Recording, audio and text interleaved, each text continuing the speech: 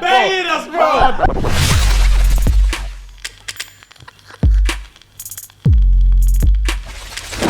Guys, girls, we're back again. We are indeed. We are cooking this year with the guesty guests. Yes, sir. I'm excited. So am I. This one, I'm really, really excited. I know I say I'm always excited, of course, but this one, I'm very excited.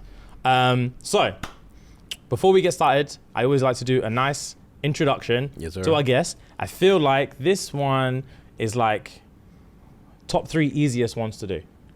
I agree. Yeah? I agree. Yeah. Right. I agree. So, with us today, guys, we have a very, very, very, very, very special guest. The reason he's very, very, very, very, very, very special is because this gentleman has, and I'm going to use the word complimentary somehow. Okay. The word is somehow. Okay. Somehow managed to like reach a certain feat that I don't think many people like acknowledge on a day-to-day basis. Especially people of our like age and culture. This brer came up through social media to take over an entire country's comedy scene. Also, one time, funny story, first time we met this brer, we went to, it was one of his parties, right? Went to one of his parties.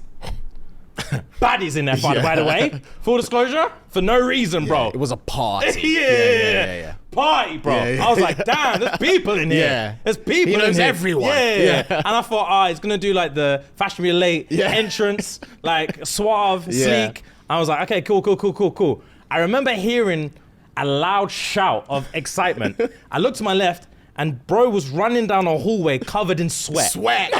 Dripping. Yeah, dripping in sweat. Having more fun than I've ever seen a human being have. And man pulled up, spoke to us on a first name basis, and I was like, raw, gang, okay, cool. And then scurried on into the night to clash someone on the dance floor. In front of other celebrities. I couldn't believe my eyes. I was like, wow, he's really, really him. So admiration went through the roof.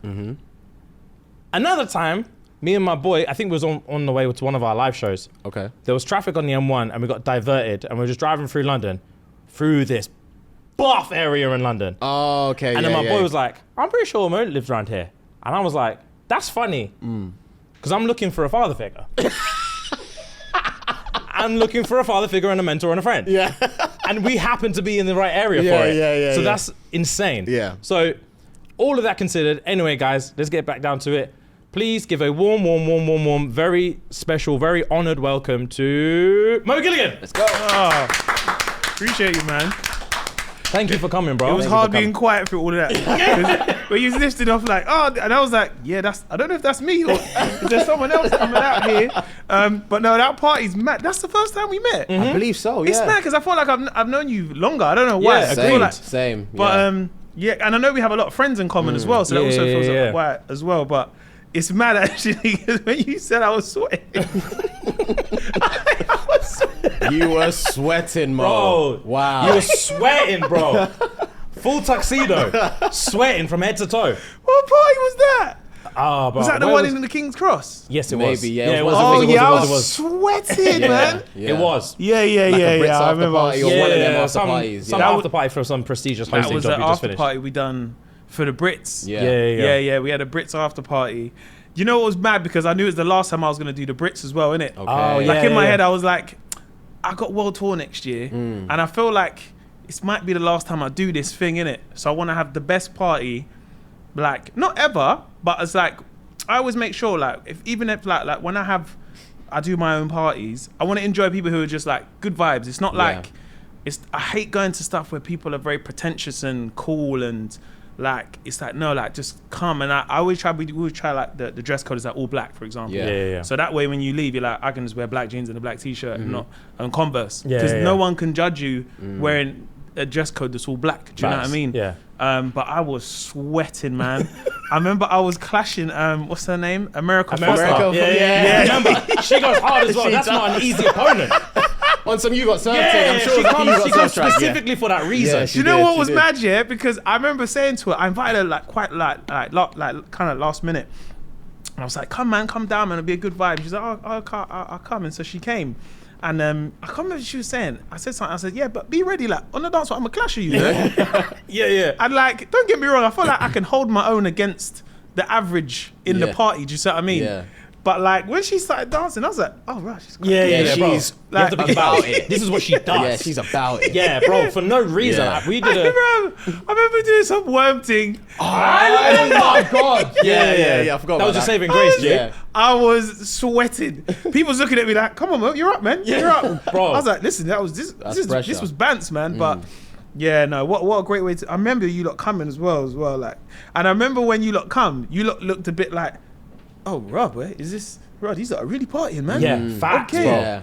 I was ready No, for a no, little that was a clink, good clink, party. snobby. Clink, Clink, yeah, clink, like, snobby, snobby. just like two Yeah, step, two step, vibe two step. in, yeah, Nah, but nah, yeah, it was nah, real. That was the a walls were great shaking. party, Yeah, man. it was real London. Yeah. it was real London. Yeah, it was good. That party man. was sick. It was really yeah, good. man. But yeah, thank you for coming on, bro. No, thanks for having me. Man. This has been like, it's a weird one because we had a list probably like a year and a half ago Very true. of guests that we wanted to have on the show, and you were like damn near the top. Yeah. Oh, And big it was ups, almost man. one of them like, It's unachievable. yeah, he's not gonna happen. he's not gonna It's come. happen. So let's just I- charge it. You see, when it comes to, I like doing podcasts. If Yeah. I've got something to promote or even just talk about, then I'm always willing to jump on and just like, because it's just a conversation. Do you see Yeah. what I mean? I never put myself in high regard of like, nah, man, them man ain't got enough views for me. Because that's like, I remember when I done a podcast, when I was trying, like, I remember like in COVID, I was like, let me try and do a podcast and stuff. And you ask people and you don't know if they want to do it or not.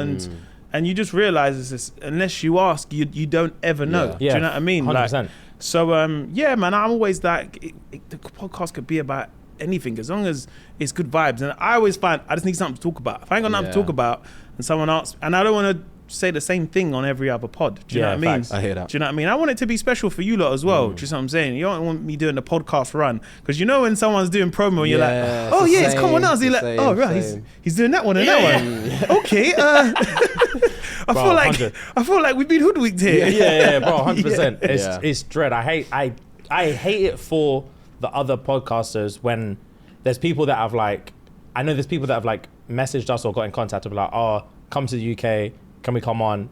Like more time we'll be like, nah, we'll pass it. And it's not even because they're a bad person or anything like that. It's just because it's just we don't know what the hell we're going to talk about. Yeah, and then yeah, we'll yeah. see them do all of our peers' podcasts, Yeah, and man. word for word, it's the exact same Yes, thing for yeah, every yeah, other show. yeah, and I'm yeah, like, yeah, of course, thank of course. God, we didn't Yeah. have to have that conversation. Yeah, man. Because it's just Yeah, yeah, bars, yeah. bro. Yes. You're obviously killing in the comedy Oh, game. thank you, bro. You're on tour. You've been doing all of these things, but you decided to get into your acting bag. 10 Lives. Oh, yeah, gang. How was that? thanks, man. How was that call for you when you received that message? That okay, you are going to I was be gassed still. doing a voiceover. Do you know what I was more gassed Second about? picture on the cast list Come as well. on, man! Let's like, go, we're, bro. we're there, bro. Yeah. We're there. 10 Lives. Talk to us about the feeling. Talk to us about the emotion. Talk to us about how the whole experience went down for you. Do you know what it was? I think when I found out I'd be the lead, so I'm like, right, I'm gonna be Let's the lead. round of applause for that. Like, Real thank you quick, very man. much. Real quick. Oh, thank you so much, man.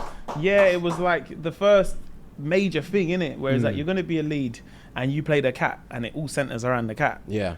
And I remember my first, I'd read the script and I met Chris Jenkins, who's the director of it. And you got to remember, like, this guy has worked on Lion King, he's worked on Little Mermaid. Like, his accolades are mad. Yeah. So I'm already nervous Yeah. beforehand. So I get to do the first day of recording, and I'm kind of in my head, like, I've got an idea of, like, dude, what kind of cat voice do I do? Do you know what I mean? And I met him. I was like, how's it going, Chris? He's a short guy. He's only like 5'3", so humble. And he's from Wales originally, innit? Oh, okay, sick. He's from Wales, but he's lived out in the States. And he's like, yeah, but he's like, hey, buddy. Oh, man, big fan of your stuff, man. I was like, oh, thanks, man. And he mocked up one of my stand-ups with the cat. Okay. And he's like, we really want to do the cat, and this is the cat. And I was like, wow, that's amazing. That's like, how long does it take to do that? He goes, a couple of days with the team on it. So, I said, a couple of days for this. And it was just like, you've seen something and someone, again, his accolades are sensational, innit? Yeah. It was just so nice, so humble, so cool. And I remember getting in the booth, first recording session. He's like, I'm going to show you it. And this is when it's still storyboard, so they haven't done an animation yet. Okay. But he was like, we're going to show you it. This is what the cat's going to be like. And he said, look, when you do the cat, do it as you. Be yourself. I want you to use the words that you would use, bruv, cuz, yes, whatever. The way that you speak. And that's what I want you to do with the cat. Oh, that must have felt like an ease. Oh, bruv. So Breath of fresh yeah. air. yeah, man. And then there was one scene where in the film where Beckett, the cat, he has to climb up a drain pipe because he's like, I think he's chasing I'm a rat, sorry. And I got to climb up like a drain pipe or whatever to get back in the house. And he's like, yeah, imagine you're climbing up. So I'm like,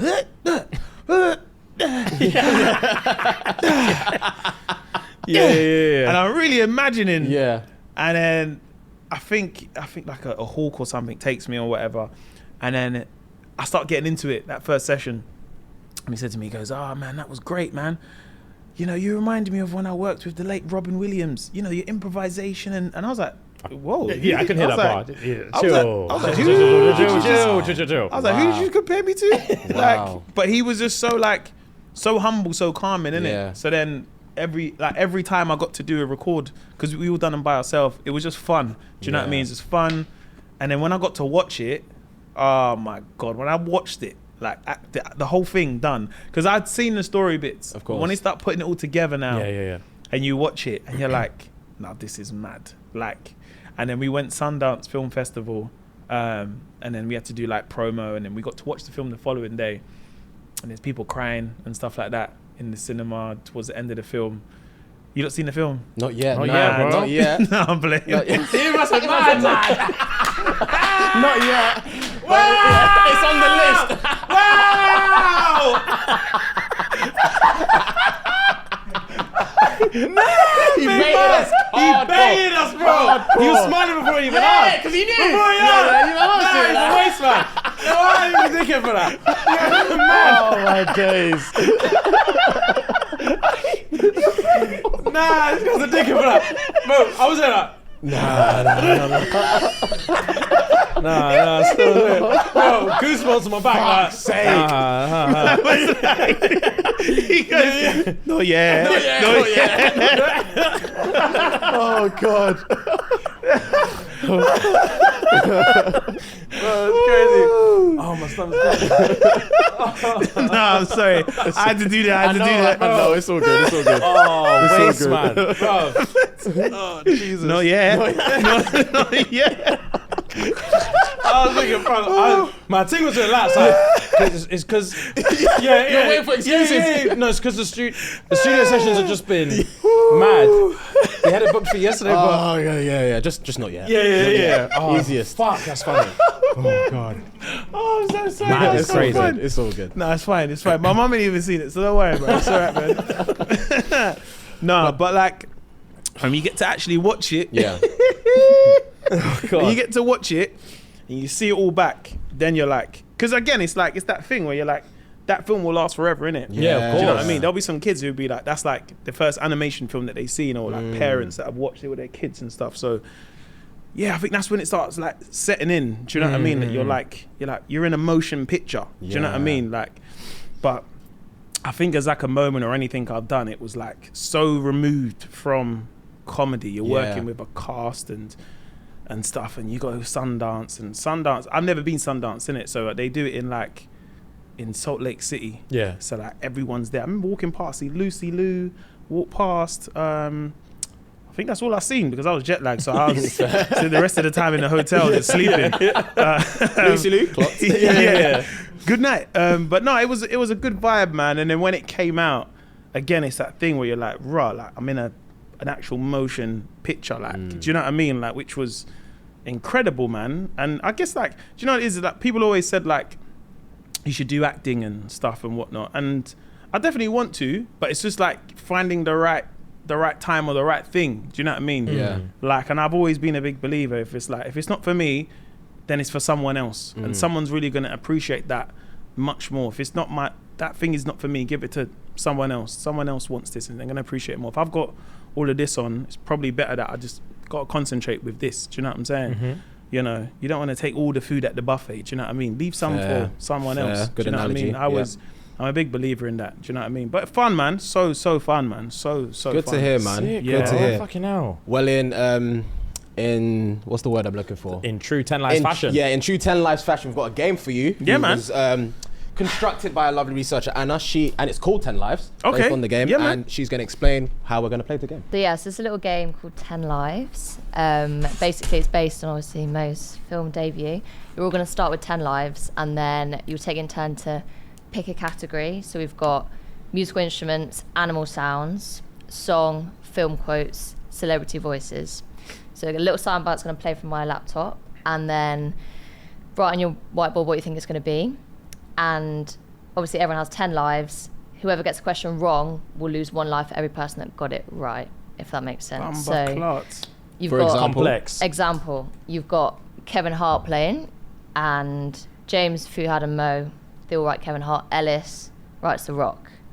You all got it right, so that's 3 people got it right, so he's lost 3 lives, so he's on 7 lives now. I see. Okay. Okay, cool. Mo, do you want to start with the category? So you've got musical instruments, animal sounds, song, film quotes, celebrity voice.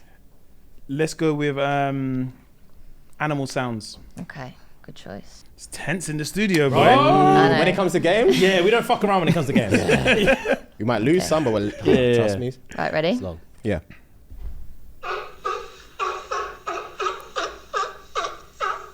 Ooh, I know what that is. I know what that is. I know what that is. All right. Can you play that one more time? No. Is it a one-take Drake thing? It's one take Drake. We're doing it once. Okay. Reveal. I didn't write it big enough, I can't lie, but That's calm. Seal. Oh, I Seal. did dolphin.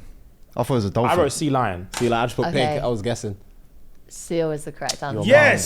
Seal. So, Kiss from a rose. so we all get it wrong. So Banger. we all have 7 points. So you all lose 3 points. Damn. Shit. Mm-hmm. I feel If like I I get should it be right, cut, do I should be gain cut any obliged points? for the sea lion. Sea lion's the same Fair thing, enough. no? Nope. Nah. Sorry. 7 points. So Livid. you're staying on 10. Yeah, yeah, yeah. still Okay. got Stays 10. on 10. I got sealed. Cool. Dun, dun, dun, dun, Cool. dun, So dun. we're going to carry on until one person's lost all their lives. Perfect. Alright, gang. Right. I'm on 7. Okay, Fuhad, categories. Celebrity voice. Okay. Friend, I'm in Paris for the first time, again, for movies, and that's foo. Yeah. And so I was in, like, one of those cool Tom Ford dresses with the zips and everything, and Sure. I saw Francis Ford Coppola, but it actually was I know Francis who Ford this is. Coppola. It's really And I was like, oh my god, it's Francis Ford Coppola. Maybe just keep hanging out in like wax museums. I think I know who that know is. who Yeah, that I've is. got it. I've got it. I got it. Man. Okay, can we Cool. reveal? 3, 2, 1. Jennifer Lawrence. Jennifer Lawrence. I got the one from Bridesmaids. I thought it was her. The woman from Oh, Brides. fair play. I don't know woman. her name. What is Which her name? one? The main one. Yeah. Oh, yeah. What is her What is her name? name? I need to know. Let me bring it I up. thought you lot was going to go niche. I went Catherine Heigl. Jesus. Who the fuck is that? Yeah, that's from Grey's Anatomy, John. Yeah. This is Jennifer Lawrence. Jennifer Lawrence. Gang. Well played. So Ah, so I'm on Jennifer 5 Lawrence. Yeah.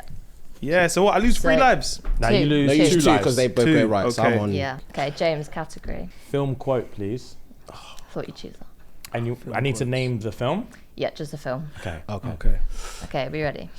How about another joke, Murray? No, I think we've had enough of your jokes. What do you get I don't think so. when you cross I a think we're mentally done ill with you. loner That's with a it. society that abandons him and treats him like trash? Call the police, I'll Chief. tell you what you get. Call the police. Get what you fucking deserve. Locked. Jesus. Good. I'm terrible at this game. Strong scene. Strong scene. Good scene. Yeah, Yeah. good scene. Good scene. Okay. Mo, you're just saying that, aren't you? You think you got it? Oh, I got that one, definitely. Yeah, gang. I'm telling you, just get filled out of here quick. Okay, can we reveal? I've written nothing down, so. Oh. 3, 2, 1. Joker. Joker. Yep, correct. Come on, man. What are you on now? You don't know. Fuhad? You don't remember that one? What did you And get? I didn't write anything I down. didn't write nothing. You lose 1 point. No. 3. 3 points, because everyone else got it right and I didn't write anything down. Oh. Yeah. Have you seen Joker, Fred? I've seen it twice. Oh, fair. That's the scene where he kills Danny DeVito. Yeah. Oh, in the thingy. Oh, Robert De Niro. Sorry. Yeah. Robert De Niro. Had another joke, Murray. Probably because I didn't hear that bit, maybe. 2 points. 2 left. Fight back, bro. Right, Ellis. I'll go for movie quote. You are too concerned with what was. That's way too low. Us quiet, bro. That's the loudest we'll go. Yesterday is history. I got it. Tomorrow is a mystery, but today is a gift. That is why it is called the present. Can we have a clue? It's animated. I was going to say it's I given knew it was animation, animated. yeah. I knew it was animation. That didn't help me for fucking anything. I think it's an animated film, but it's definitely one I haven't seen. But you know, it's one of those classic ones. Yeah. Ready to reveal? Yep. Yeah. Okay, 1, 2, 3. Kung Fu Panda. Kung Fu Panda. Oh, I bought Frozen. Kung Fu Panda is the one. Gang. Master Who Oogway. had that? Yeah. That's the one. Yeah, man, I'm Master Oogway. Fair play. I'm not out. sure I I lose lost. this. Wow, though. I'm lost. Well, that's my 10 lives. Yeah. That Good game game. was strong. Strong game. Good game. That was very cool. Strong game from you. Strong game. We have to run that back, you know. We do have to run that back. Yeah. I like that game, man. You can play that at like a drinking game. Yeah, Exactly. that's a sick game. Very cool. Right, we got another trivia game to play. Not trivia. Oh, not trivia game. We got the karting, right? We got a car game to play. Yes. Cool. So So this is based off something you used to do back in like 2020, where there'll be a car, you put it on your story, and you will describe the type of person Name the that driver. drives this kind of car. So we're gonna pull up some cars for you, and you're just gonna start narrating.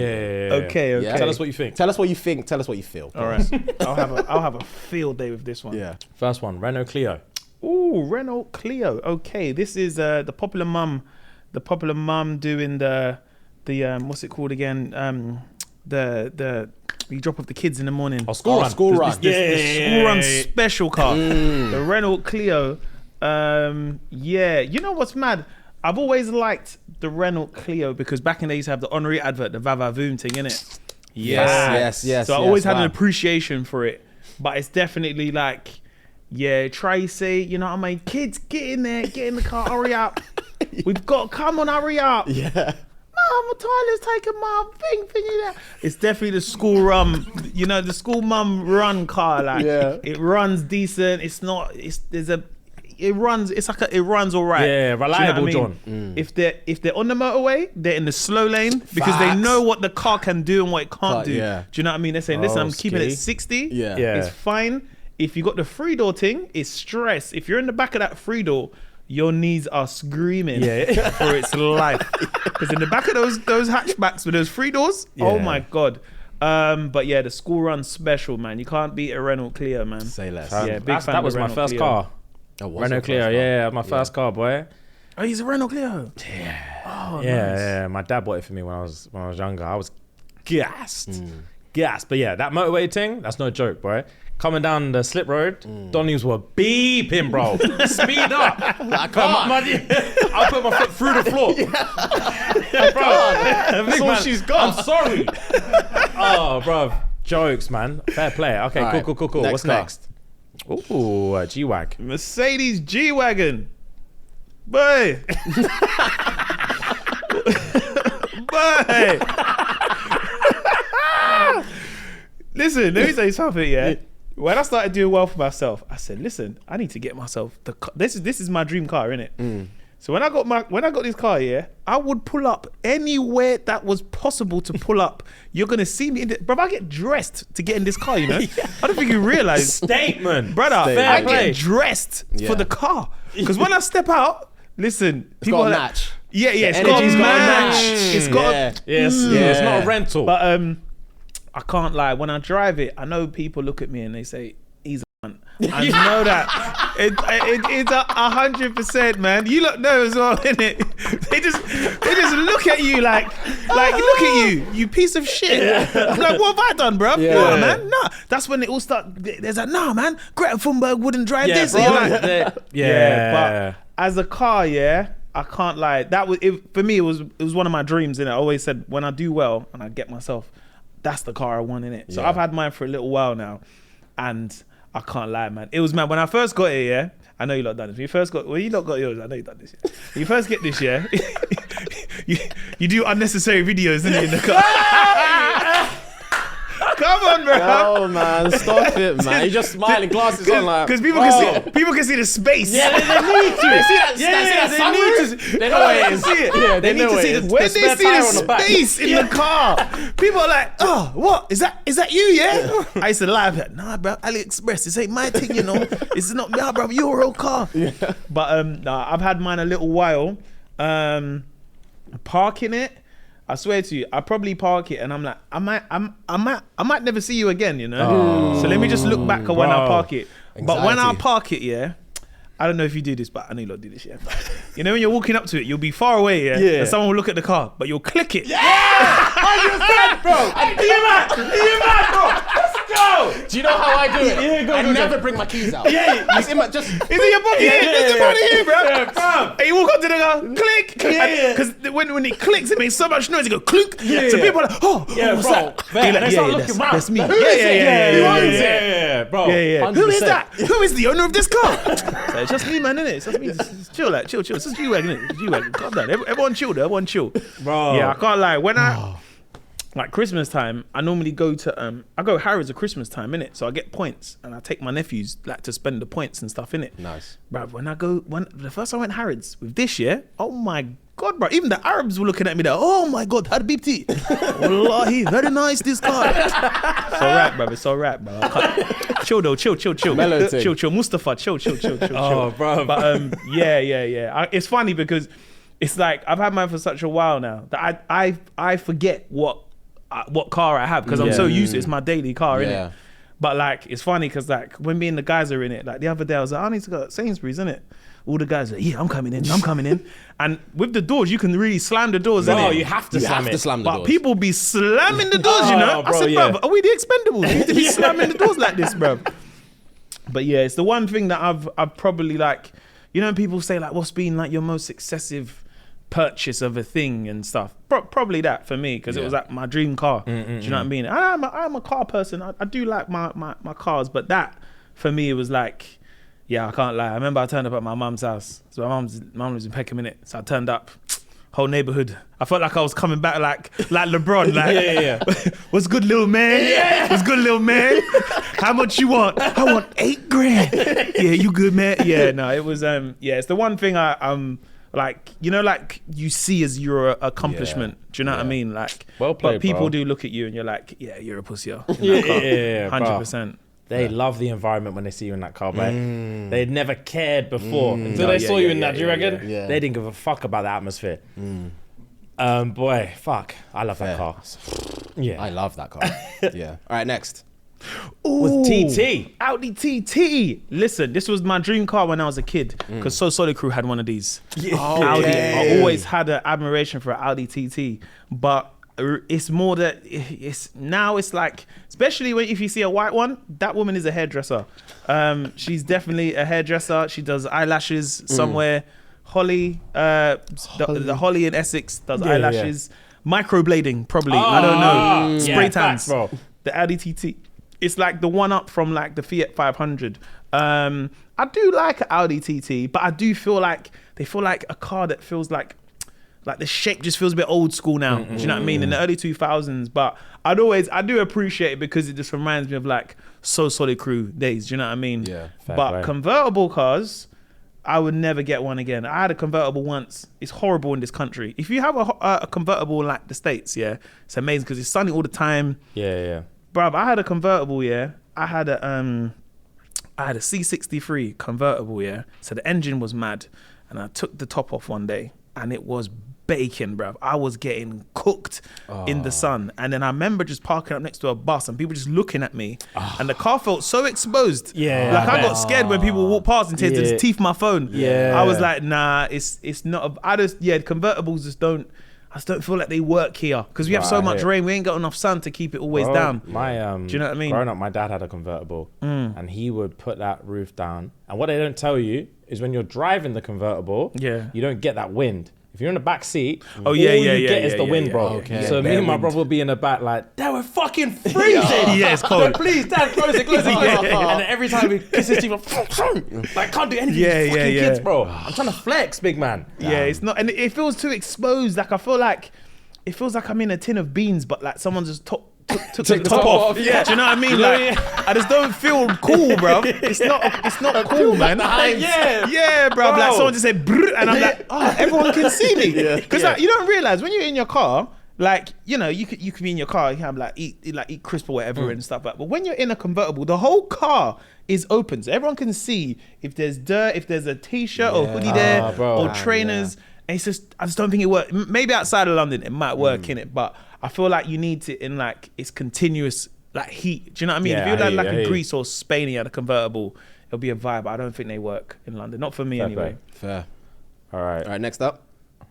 Oh, the Audi. Well, is no, that? this That's is a Ford. That's this a is the Ford. Ford, the Ford RS thing, yeah. Yeah. These man, yeah, this and the Max Power magazine collectors back in the day, 100%. It's always the Danny. Do you know what I mean? What's Yeah. happening? Yeah. It's got That new colour as he well. definitely wears Nike TNs, Air Max. Oh, 100%. 110s probably as well. Burberry hat. Do you know what I mean? Burberry hat.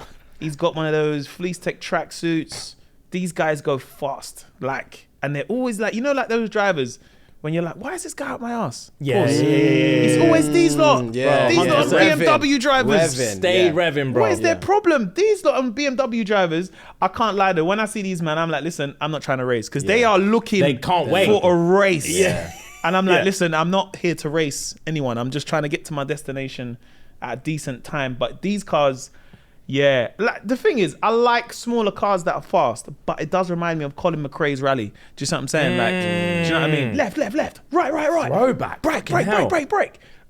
So yeah, and that color is mad. These, that, man. that lime green. That's flashy, Yeah. boy. You have to know. Yeah. this, They man. love a Yeah. Tesco car park, these man. Yes. They Oh, yeah. love Oh. donuts at Tesco Yeah, car park, yeah, bro. yeah. God forbid you pull up late night. Enfield McDonald's. You know about that one? Nah, I don't. Enfield Nah. McDonald's. Nah. Oh yeah. If you go there late at night, any day of the week, it's just not predominantly those cars, but it's just people there, innit? Yeah. It's always like you'll see some nice cars there, but these man don't race them because you got to remember it looks like that and it's already but they always get it like chipped or kitted and they're like, yeah, see the car, yeah, it does about. I done 150 on the other day. Yeah, 150. You done 150, bruv. Where are you going to go Yeah. 150 miles That's an hour? crazy. You will die. Yeah, but again, I've always wanted a small, fast car, but I don't know, bruv. I can't. Once you get the G's, like, you can't really go back to the. Bro, you can't the step A down to B, the the car. C's, Yeah, the you D's. can't You step know down. what I mean? You can't. Yeah, You yeah, can't. it's lateral movement only. Facts. But yeah, Fair play. definitely like a Danny. What's happening, bruv? Yeah, bruv. It's got like a Ford in it. It's all right. It's like an RS in it. Do you know what I mean? Like, yeah. Obviously, like, my nan passed away and that gave me a bit of money, so I That's bought. that's facts. I used to yeah, work with a yeah, guy called yeah. Rob who said he Swear. bought that car Yeah, and said yeah, the yeah, exact same story. Nan just died, bit of inheritance. Because you can get a normal Ford in it, but the RS is like, I've got a bit of money. Do you know what I mean? Like, Yeah. like my old man passed away and that. So obviously, like you know what I mean, trying to sell the house. Got a bit of money, bought like a Ford RS to treat myself. Do you know what I mean? Like treat my. So I'm hard working. I'm a hard working boy. Do you know what I mean? Like I didn't come from money or nothing like that. But like, you know what I mean? Like my nan died and my dad died, so I thought, do you know what I mean? Like Fuck it. I thought, fuck it, I'm going fast, bro. Because you don't know though, like, do ya? God. My real talk, you don't know, like, when you're gonna die. So I thought, if I'm gonna die, I'm going I'm in. gonna die I'm in going in a that, fucking bro. Ford. I'm going in a fucking Ford RS, bro. Do you know what I mean? That's jokes, bro. Wow. Jesus. That's hilarious. Is that all the cars? All the cars? Gang. Cars, yeah. All right, cool. That was So, I like hilarious, that bro. one. That's a fun game, man. Fun fact, these are all the whips from our team. I don't Oh, know swear? whose whip is that one? Who's got the the RS? Huh? Ben Ben has the RS. Ben has the RS. He's got the TT. Oh, that's so cold. Who's got the TT? You! You got No, Audi I've TT? got a TT. I Who's got wish. it? Jack's got it. Oh yeah, now. Jack got it. Oh, yeah, Jack's he did. He got got it it the other day, innit? Yeah. Yeah. Who's Fair got the play. RS? Thumbnail designer. thumbnail designer. Thumbnail designer. Ben. He's not okay. here today. Yeah. Fair play. TT, who's that? Jake, obviously. Who's got the Renault Clio? I'm so sorry. Is it you? Yeah, but you don't strike me as a driver, though. You just You've like. only just passed. only as just well. passed the other day. Yeah, Oh, okay, fair, fair enough, fair, man. fair. Yeah, Yeah, yeah. fair Get your enough. no man. claims up, my Yeah, brother. yeah, Get me, bro. Fair play. Low insurance, you know. Yeah, Man, bro. but that's what I mean when I say you don't strike me as a driver. You're just like, well, I've got to get somewhere, and I've got a car. But I don't really. I'd rather cycle if I could. But I just like to just get where I've got to go. That's jokes. But it's good to be an A to B driver because do you get road rage, for example? Nah, man, not That's at all. what I mean, Not at all. man. Because like, Maybe it'll come with time. why I say you're an A to B driver, it's just like, look, I've just passed, I've got the car, I'm not bothered, I'm not trying to Yeah. flex on no one, I've got to get from here to here. Road rage, you know what I love about you non-road rage people, yeah? Yeah. Because you guys will just do the maddest maneuvers and be like, I'm gonna do a U-turn here, and you're like, what? And you'll be looking like, sorry, I don't care. And you're beeping like, you're like, what the fuck is this guy doing, man? Sorry, and then they'll pass you. Go, sorry, man. My bad. Sorry about that, man. Oh, it's alright, bro. Don't worry, man. It's alright. Jokes. It's alright. It's alright. It's alright. Oh, funny. Fair play. Good game, man. That was nice. Right, guys, we're going to take a very quick break from Talking Smack with Mo to talk to you about Manscaped. Come on. Okay? So, fellas, blink if you haven't purchased a Father's Day gift yet. Cool. Thought so. So today's episode is brought to you by Manscaped, the leaders in below the waist grooming.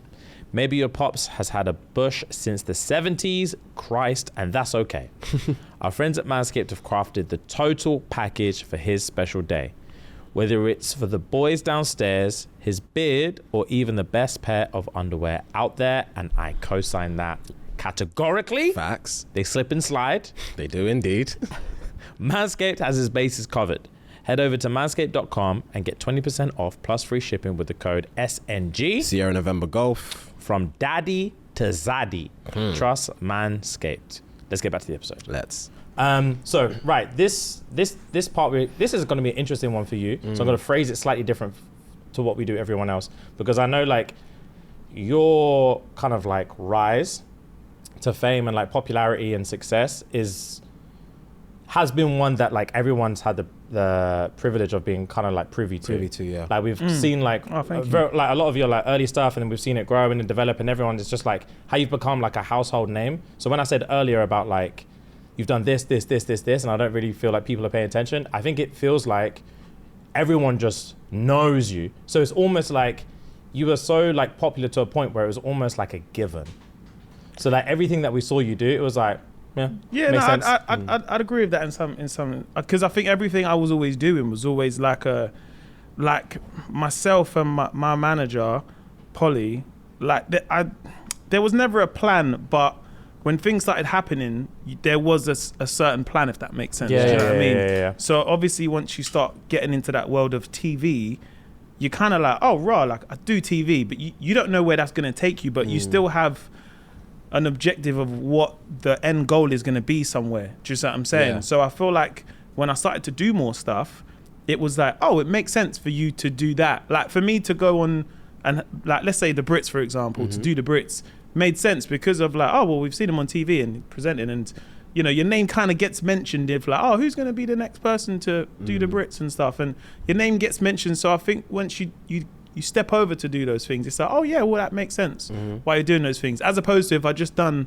social media videos and then took the leap, you'd be like, oh my God, I am shocked. Do you know what I mean? So I'd agree in that in some senses as well. So like, yeah, man. From your perspective, so this is the part where we do like the origin story. From your perspective, obviously like we've seen it the way we've seen it, from your perspective, coming from doing like social media videos and like skits and characters and all this kind of stuff, to the point where you're like on Jimmy Fallon doing like world tours, all that kind of stuff, like what's like, how do you view the story? Like what's it been like for you? It's interesting, man, because I feel like I've done stand-up for a long time. So I started stand-up when I was at 19, just like it's the bravest thing I've heard. Wow. It's like, like when I was like in comedy clubs and stuff, like the small comedy clubs, trying to get my name out there, just being remembered. I remember like anyone who came to some of the early shows I used to do, because my whole thing was Facebook was the main gateway to get onto a show. But going to a comedy club I couldn't just turn up and be like, can I do comedy? Because they're like, I didn't even know how it worked. So I would message maybe like, there might be a comedy club who have like an open night. I would message them on Facebook, and then I would message like comedy shows. So you had like Sunday show, for example. So that was one of the first ones, which was like young people, had music, comedy, poetry, had a DJ there. The first one that I remember performing at was in Slug and Lettuce in Soho, believe it or not. Wow. They used to have a Slug and Lettuce there. Mad. And it was mad because when you walk in, everyone's just having food and drinks and stuff. But downstairs was where you had the comedy show. So people would just be like, oh, what are these young black people coming in? Like, but we're all going downstairs. And the guy who used to run the show, I remember just messaging him, and he said, look, yeah, just come down, like, kind of thing. So I came down. I had a friend of mine called Conrad, and I was like, I'm going to go and do the show. Can you come support? So he came, but he was running late. So sometimes it helps when you got a friend there when you're going, but I was just on my ones. So I went there, and I remember getting to the door, and I'm like, hey, what's up? I'm here to do the first 10-minute open section. I remember the girl on the door was like, okay, cool, you need to pay. And I was like, what? What's going on here? I didn't have no money either. So I was like, no, I'm performing. And the girl was like, okay, Marvin, who's this guy? So Marvin was one of the guys. Marvin Harrison used to run it with. You guys remember? You guys Napa MC. So he had the song. He was on the track Pow. So his lyric was oh, crack your skull. You do not that. So like it was interesting because like Marvin was more like the business side of stuff, like kind of the back of the house of stuff, and then Napa was like the guy everyone knew. So you'd be like, oh right, like I know this guy, and he was hench as well, innit? So I remember getting in there, and it's just like all these people that are my age, and then they was like, yeah, oh yeah, cool, you're good to perform. I think I done probably like 10 minutes, went all right. Never forget, I was shaking, bruv. Shaking. My hands were shaking doing comedy. And it went okay. And that's all I needed at that stage of my career, of just doing shows that went, I just didn't want to get booed. But all the shows, I would get the laughs where I needed to, went okay.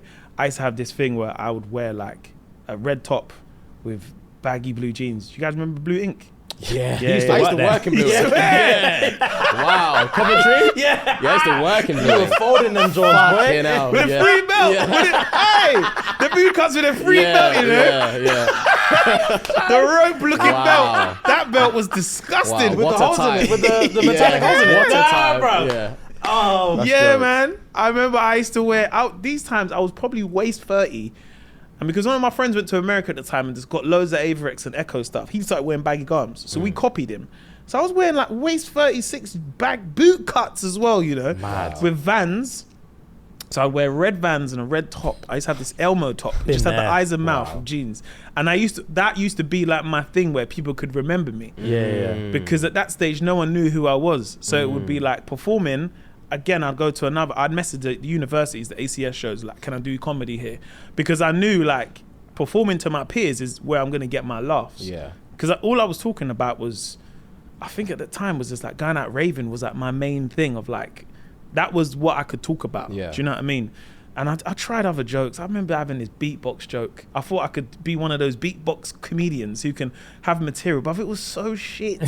Like when I watch my old stuff back, and I'm like, nah, man, you weren't that funny, bruv. Like, but then I think with that, I was able to just crack on and just like the more you start. It's just I always say with comedy, you don't. It's not about being the funniest. It's about being the most confident in telling your material. Because if you have the confidence in it, the audience believe that, and I think then they believe the truth of the material telling. Do you know what I mean? Like, so I think like early on, I was able to just churn out like start working on a 5 and a 10-minute set and a 20-minute set.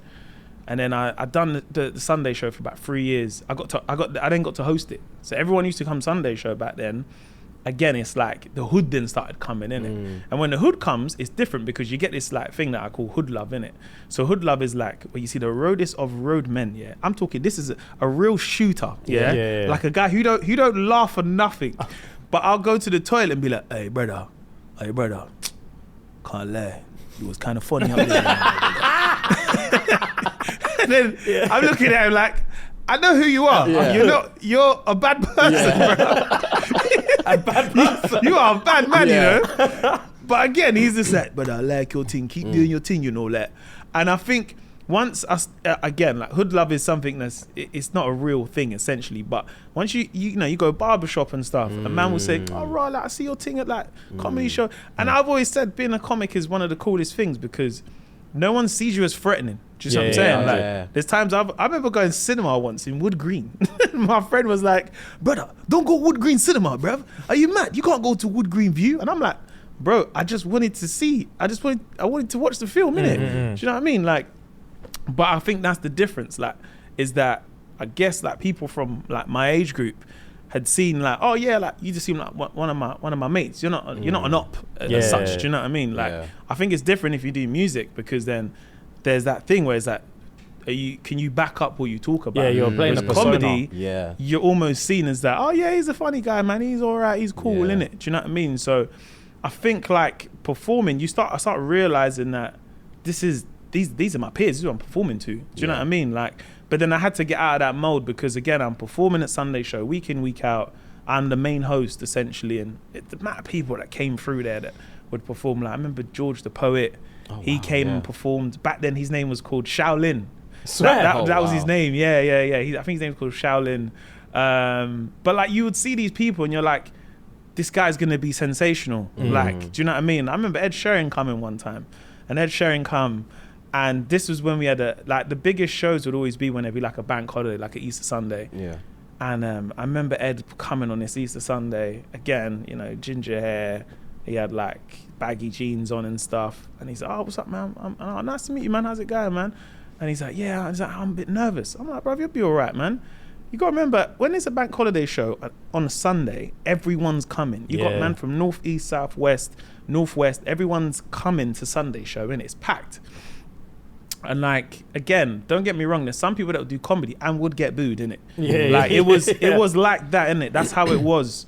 But like, everyone knew that. Like, the guys were coming because the girls were there. Girls were coming because the guys were there. Yeah. BlackBerry was the phone, so everyone was just like, you knew who was on because people would broadcast it and say, oh, this person's on Sunday show. Everyone would flock down.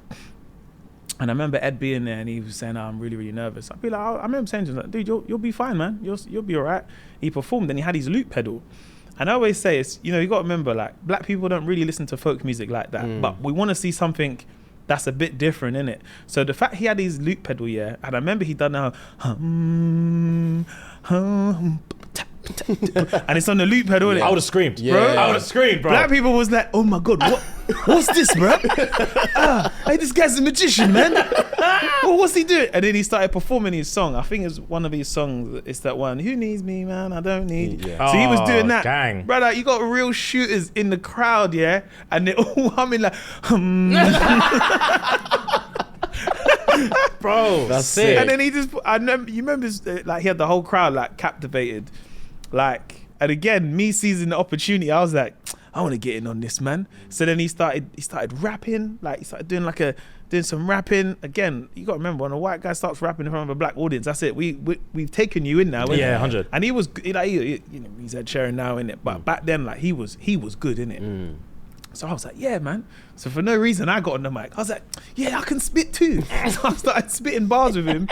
And it was like, every part of me was like, Mo, it's not by force. you need to perform with this guy. Yeah. Oh, shit. But again, I would always just seize opportunities. And then I think I knew, like, I was safe there, innit? Like, performing there was safe. I was the host, but I then left and just wanted to do comedy everywhere else. Do you know what I mean? Yeah. Because, you know, you start hearing like, oh, Mo, he's only good at the hosting at Sunday show. Do you know what I mean? So I think that was okay, cool. Well, I'll leave and I'll just do comedy everywhere else. And then through that time, I just retail. I was working in the day, comedy at night. And then how the videos came about, I tried to be a purist, innit? I tried to be one of those, yeah, man, comedy. The real comedy's on the stage. Not on Keek.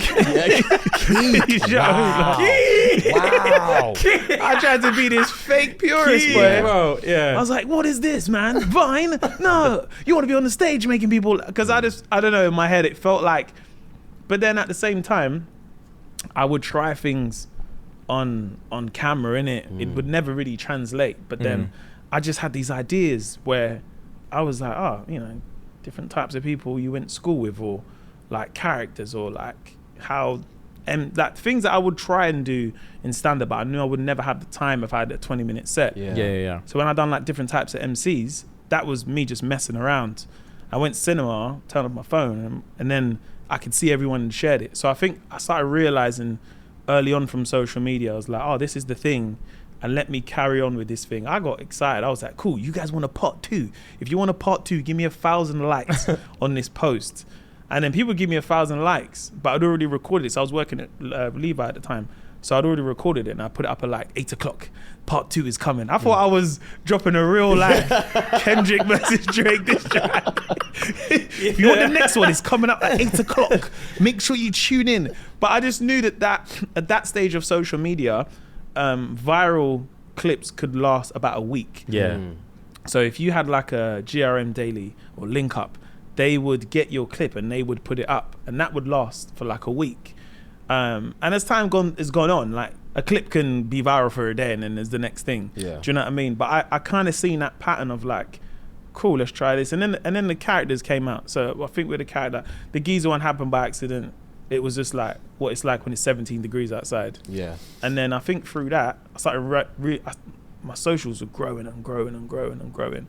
And then through that, I just realized, I was like, this is cool. I'm getting this audience now, but comedy's the thing that kind of got me here. So I got to go you want to stick to back to that. And then after that, the TV happened and stuff, and then more tours and more TV. And then we're here where we are today a little bit. Do you know what I mean, bro? Fucking a hell, journey. bro. That is a It's a journey. journey. Well played, bro. Indeed. Jesus. I've got a question for you. Obviously you said you started around that 17, 19 age, right? Yeah, man. Yeah, so yeah. would you say comedy was always your bag? Would you say that was the journey you knew you were going to go on? Or was there other dreams and aspirations before comedy? It was the only thing that I knew I was good at by myself. Interesting. Do you know what I mean? Yeah. Because I went uni and I done performing arts and theatre production. That's different because you're doing it as a group. Yeah. Do you know what I mean? And the roles I wanted to do was the fun stuff. The minute you got to start doing Shakespeare and you're like, yo, I'm dyslexic. I can't read this stuff, you know? This is wild.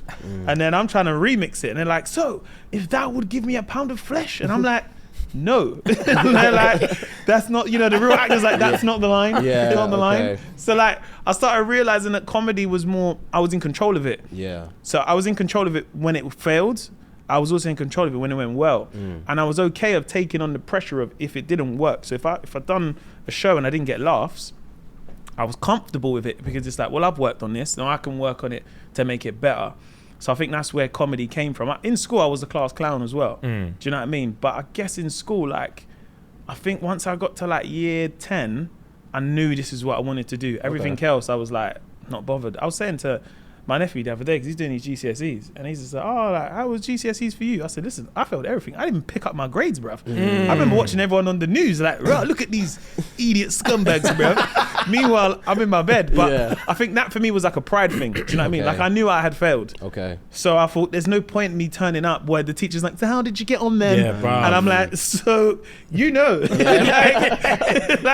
So I knew, but I just knew that the route of acting was where I wanted to that was the path I wanted to follow. Yeah. Do you know what I mean? Like, I enjoyed things like science, but once I had to do the written stuff, I was like, I don't know, man, let's just get the Bunsen burners out. Yeah, and burn bruv. magnesium. Give me You know what I mean? practical. Yeah. Give me the exciting I've always stuff. been a Yeah. massive practical learner. Do you know what I mean? Yeah, Like I remember picking, you get to pick your subjects. I think I picked geography because I just liked knowing about the country and worlds, innit? And then they're like, yeah, cool, now we're going to talk about, you know, the wind change and rainfall. I'm like, hold on, wait.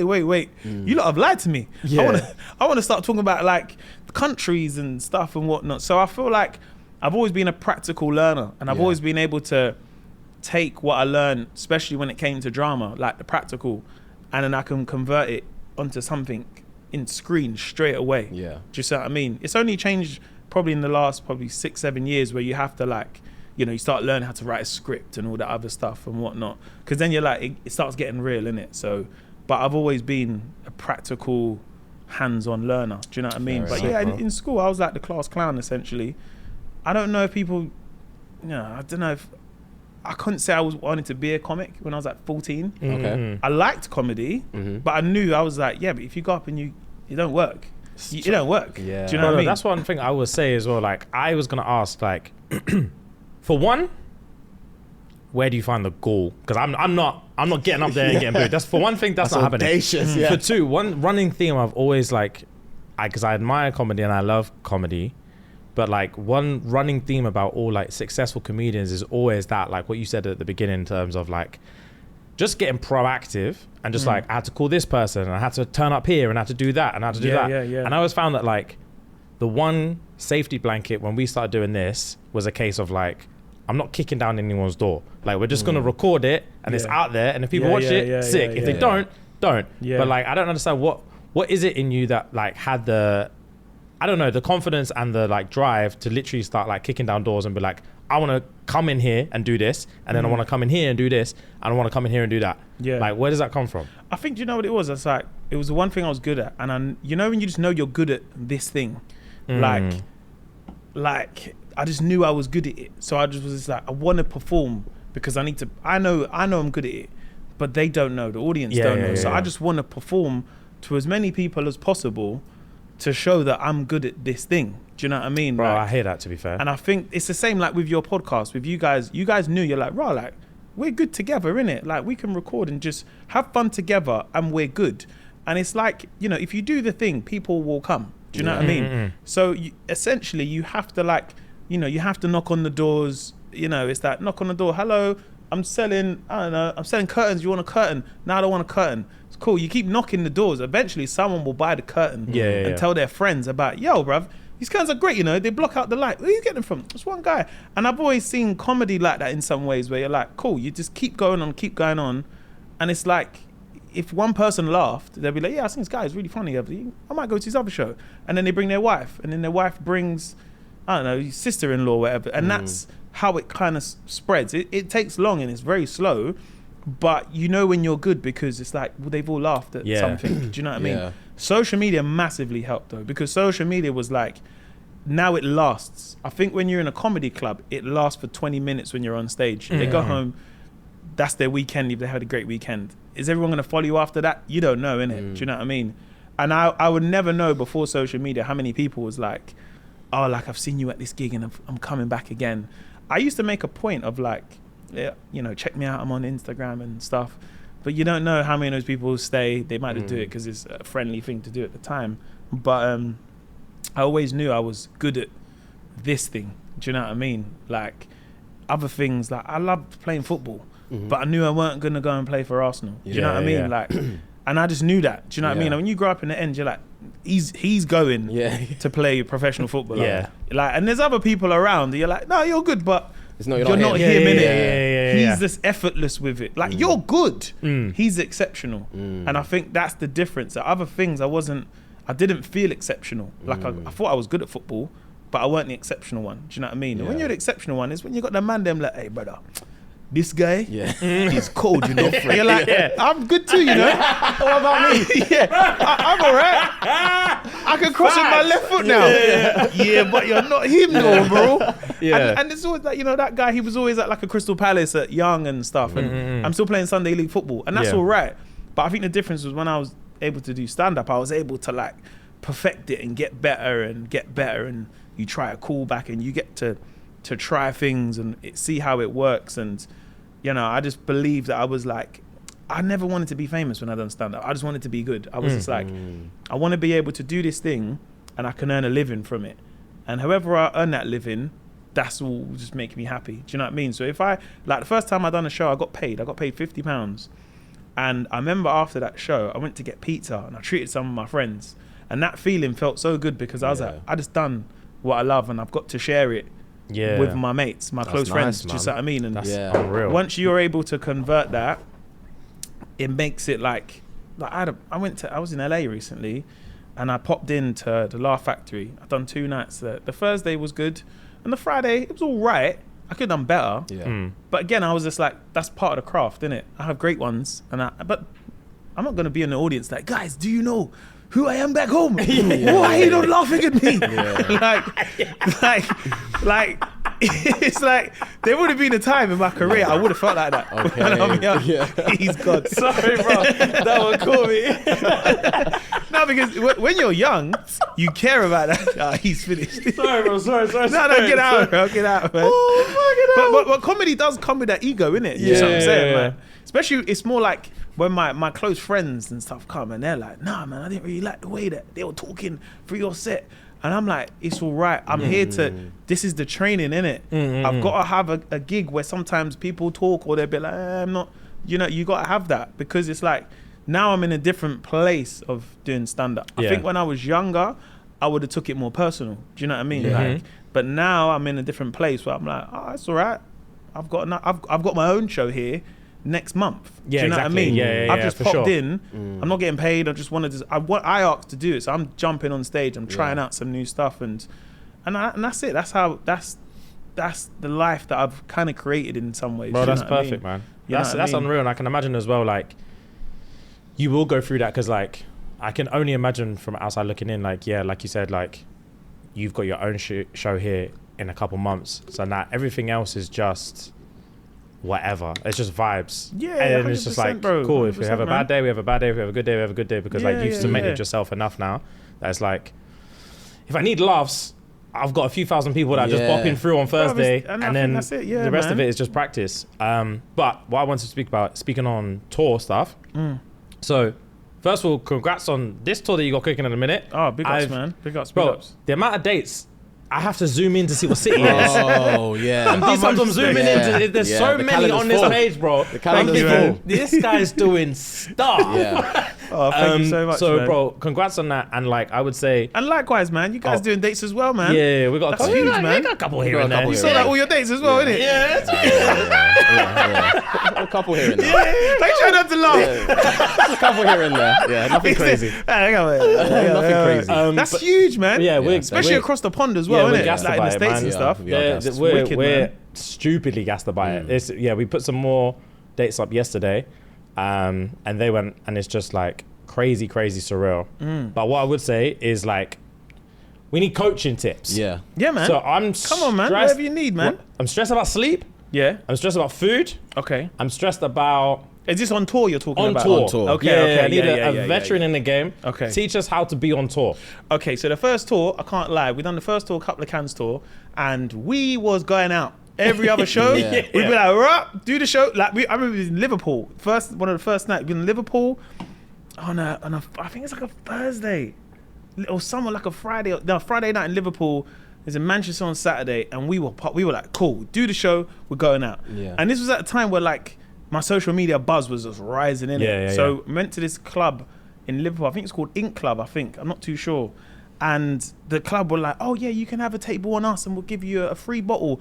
This has never happened to me before at this Yeah, stage. yeah. So I was like, "Of course, yes." With this big bottle of Grey Goose, like, and it's weird because at that moment it feels like you've made it. You're like, I'm on Yeah. tour. You know, we got a bottle of Grey Goose. My friends are here.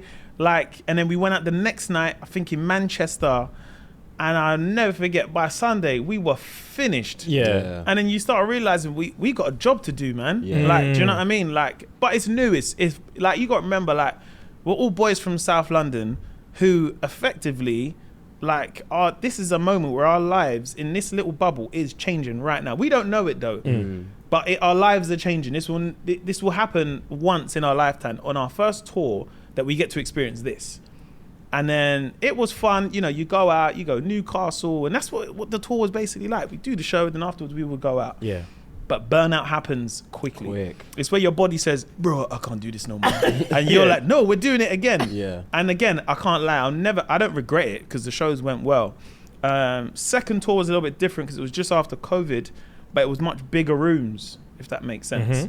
So I kind of stopped going out. So instead, I used to go casino, innit? Okay. Yeah. Bruv. Yeah. Listen. Okay. That's Hey, That's your own luck. Hey, Yeah, yeah. hey, vice. Groveners know about me. Listen, so I was on this whole like, no, I'm not going out. But I still wanted, the thing is when you will get this when you go on tour, right? Is once you finish the show, I get this a lot. My adrenaline Yeah. is so high. Yeah. So I can't switch off. Yeah. Like, because I'm on such a high that the thing that I've been planning, and sometimes in your head you're like, oh, the ticket sold, is the show going well, this is happening. So my adrenaline is so high, I can't switch off, innit? And I didn't have a switch off mechanism. So I thought I replaced going out with then going to the casino. And the only game I would play would be like roulette, basically, innit? And it's mad because I'm going with the guys are like, nah, I'm not going out. And this time we had security as well, innit? Yeah. So my guy Richard. So like, we'd go to like a Grosvenor's in like, I don't know, Portsmouth, maybe, Southampton, I'm not too sure, innit? Because it's 24 hours. So you're like, cool, we can have a drink, we get some food, I can play some casino games, innit? But the man, they're not gambling. And if they are, they're like, they were like, hey, I got £20. Yeah. Meanwhile, I'm like, oh man, I just lost 3 bills. Let me take out another 5. Like, and it's weird, yeah. My friends will tell you, like, my luck in casinos is crazy good, isn't it? Oh, fair. like to the point where there's times where my friends are like, bro, didn't you just lose all your money? And I'm like, yeah. And like, how are you up? And I'm Bro. like, I don't know, innit? I've got a theory that Yeah. Donnies who have like the most money do the best The in best, casinos, yeah. bro. We went Yeah. like when I Slightly. When Slightly, I, yeah, when yeah, I yeah, used to, yeah. we used to like one of like our boys, well, our mutual friend. Our mutual friend, yeah. He had cake when we didn't have cake. Yeah, so yeah. I would be the bread in there with £20, like, please, fucking please. And And then, bro, he's winning hand after hand. 'Cause there's no fear. It doesn't matter to him. Yeah, It yeah, doesn't yeah. fucking matter, bro. I used to hate it. Do you know why though? Because I think when I was going, I wasn't ever trying to win money. I'm just Okay. playing the game and I have money. So I think Exactly. the difference is like when you go there and you're like, I got £20 and I want to double this. I need Yeah. to come out with something. Yeah. Because you're already going to lose it. So I was going in and like, I'm not being superstitious of like, don't put it on 13. Yeah. Or you're just like, put it on 13. Here to have fun, innit? And my streak was mad. I'd always come out win. I remember once we went to one and I can't remember where it might have been. We done a show in Portsmouth and we went in there and we was on tour and I think I had done a show in Sheffield. So like, and I used my card and they was like, you can't use this card here. And I was like, why? It's my name. And they're like, yeah, we Then they was like, it's fine, it's okay.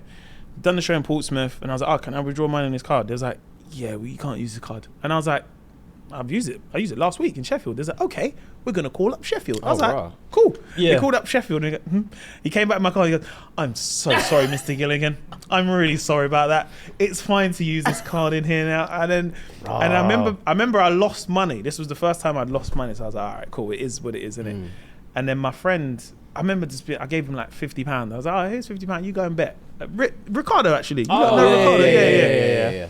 And again, I was just like, cool, I've sponsored you at this point, so I'm not really playing, innit? Yeah. So I was just on like bruv, I'm telling you, it's going to land on 19. He was like, no, I'm telling you, put it on 19, bruv. I can't remember how much he put, and then he won. And he was like, what? And I was like, I pretend like I told you. Go on, bro. I I've was been like, here before. I get my sponsorship money back. Yeah. You keep that You keep money. the rest. Yeah. Then my other friend was betting, and then I said, oh yeah, I'll put it on 23. And then you can see the people in the casino. When the manager comes over, he's like, oh, how's it going? Cool. I'm like, yeah, watch 23. You lot don't believe me. 23. Bow, I landed on 23. And my friend's like, raw, is that what you did? I was like, so you could do sometimes. How much is that? Yeah, you man, have a 50. Yeah. But then I think what I was doing, I was replacing one high with another high. So I'm replacing the high of being on stage with then the high of like going to a casino. Do you know what I mean? And I'll be honest, I wasn't one of those people where I didn't need help with it. Like I'm not like an addictive person. It just felt like I want to have a drink and I want to eat some food. But really and truly, my adrenaline is gonna last like this till 4 a.m. And I'm with Richard, my security guy, and he's like, bro, I'm tired, man. Like, so again, it's like I start realizing that again, everyone's with me now with the rest of the team, and I'm out because they're out. And we're just, again, you get a different type of burnout because you wake up in the morning, everyone's tired. We got to check out 11 to go to the next destination. But now on this tour, bro, like, do the shows now. I go home, man. I go home and sleep because I'm not chasing that. You end up chasing the high, innit? Yeah. So first of all, eating wise, enjoy the food in that first week. Eat all your rubbish because after like the second week, you start feeling it. But I always say eat in the first week.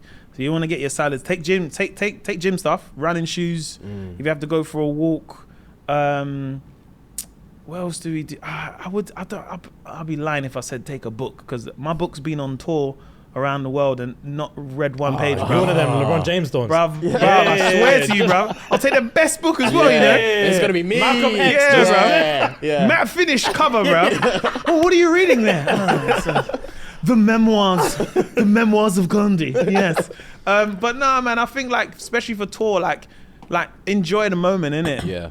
But it's also hard because you're in another country, and in some of those countries you're gonna do tour.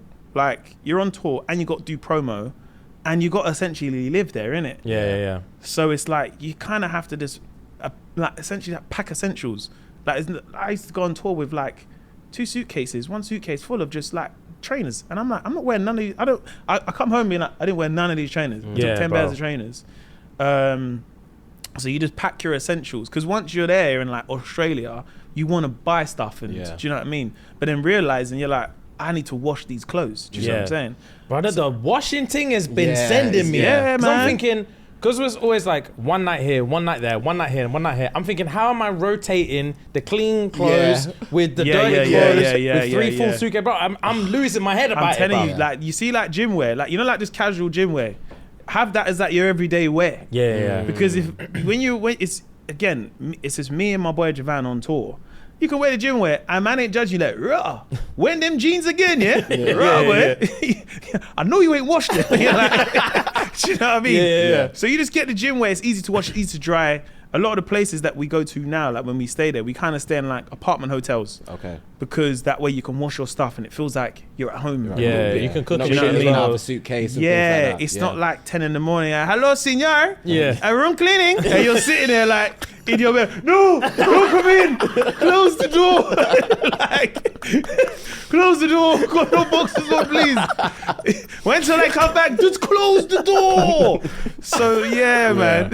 Yeah, I think like when you're on tour, but enjoy the moment. I think enjoy the moment. And what I try to do, especially when I'm out of the country, is the best thing you can do is just meet the people that are coming to your shows. Do you know what I mean? However long the meet and greets are, do it, because you get a sense of like, raw, you're the person that comes to my comedy show. Yeah. Because I don't see it. All I hear is a laugh. Do you know what I mean? And if you're able to do it, like, just do it. Like, we had a show in Toronto, and there's about 1,000 people there.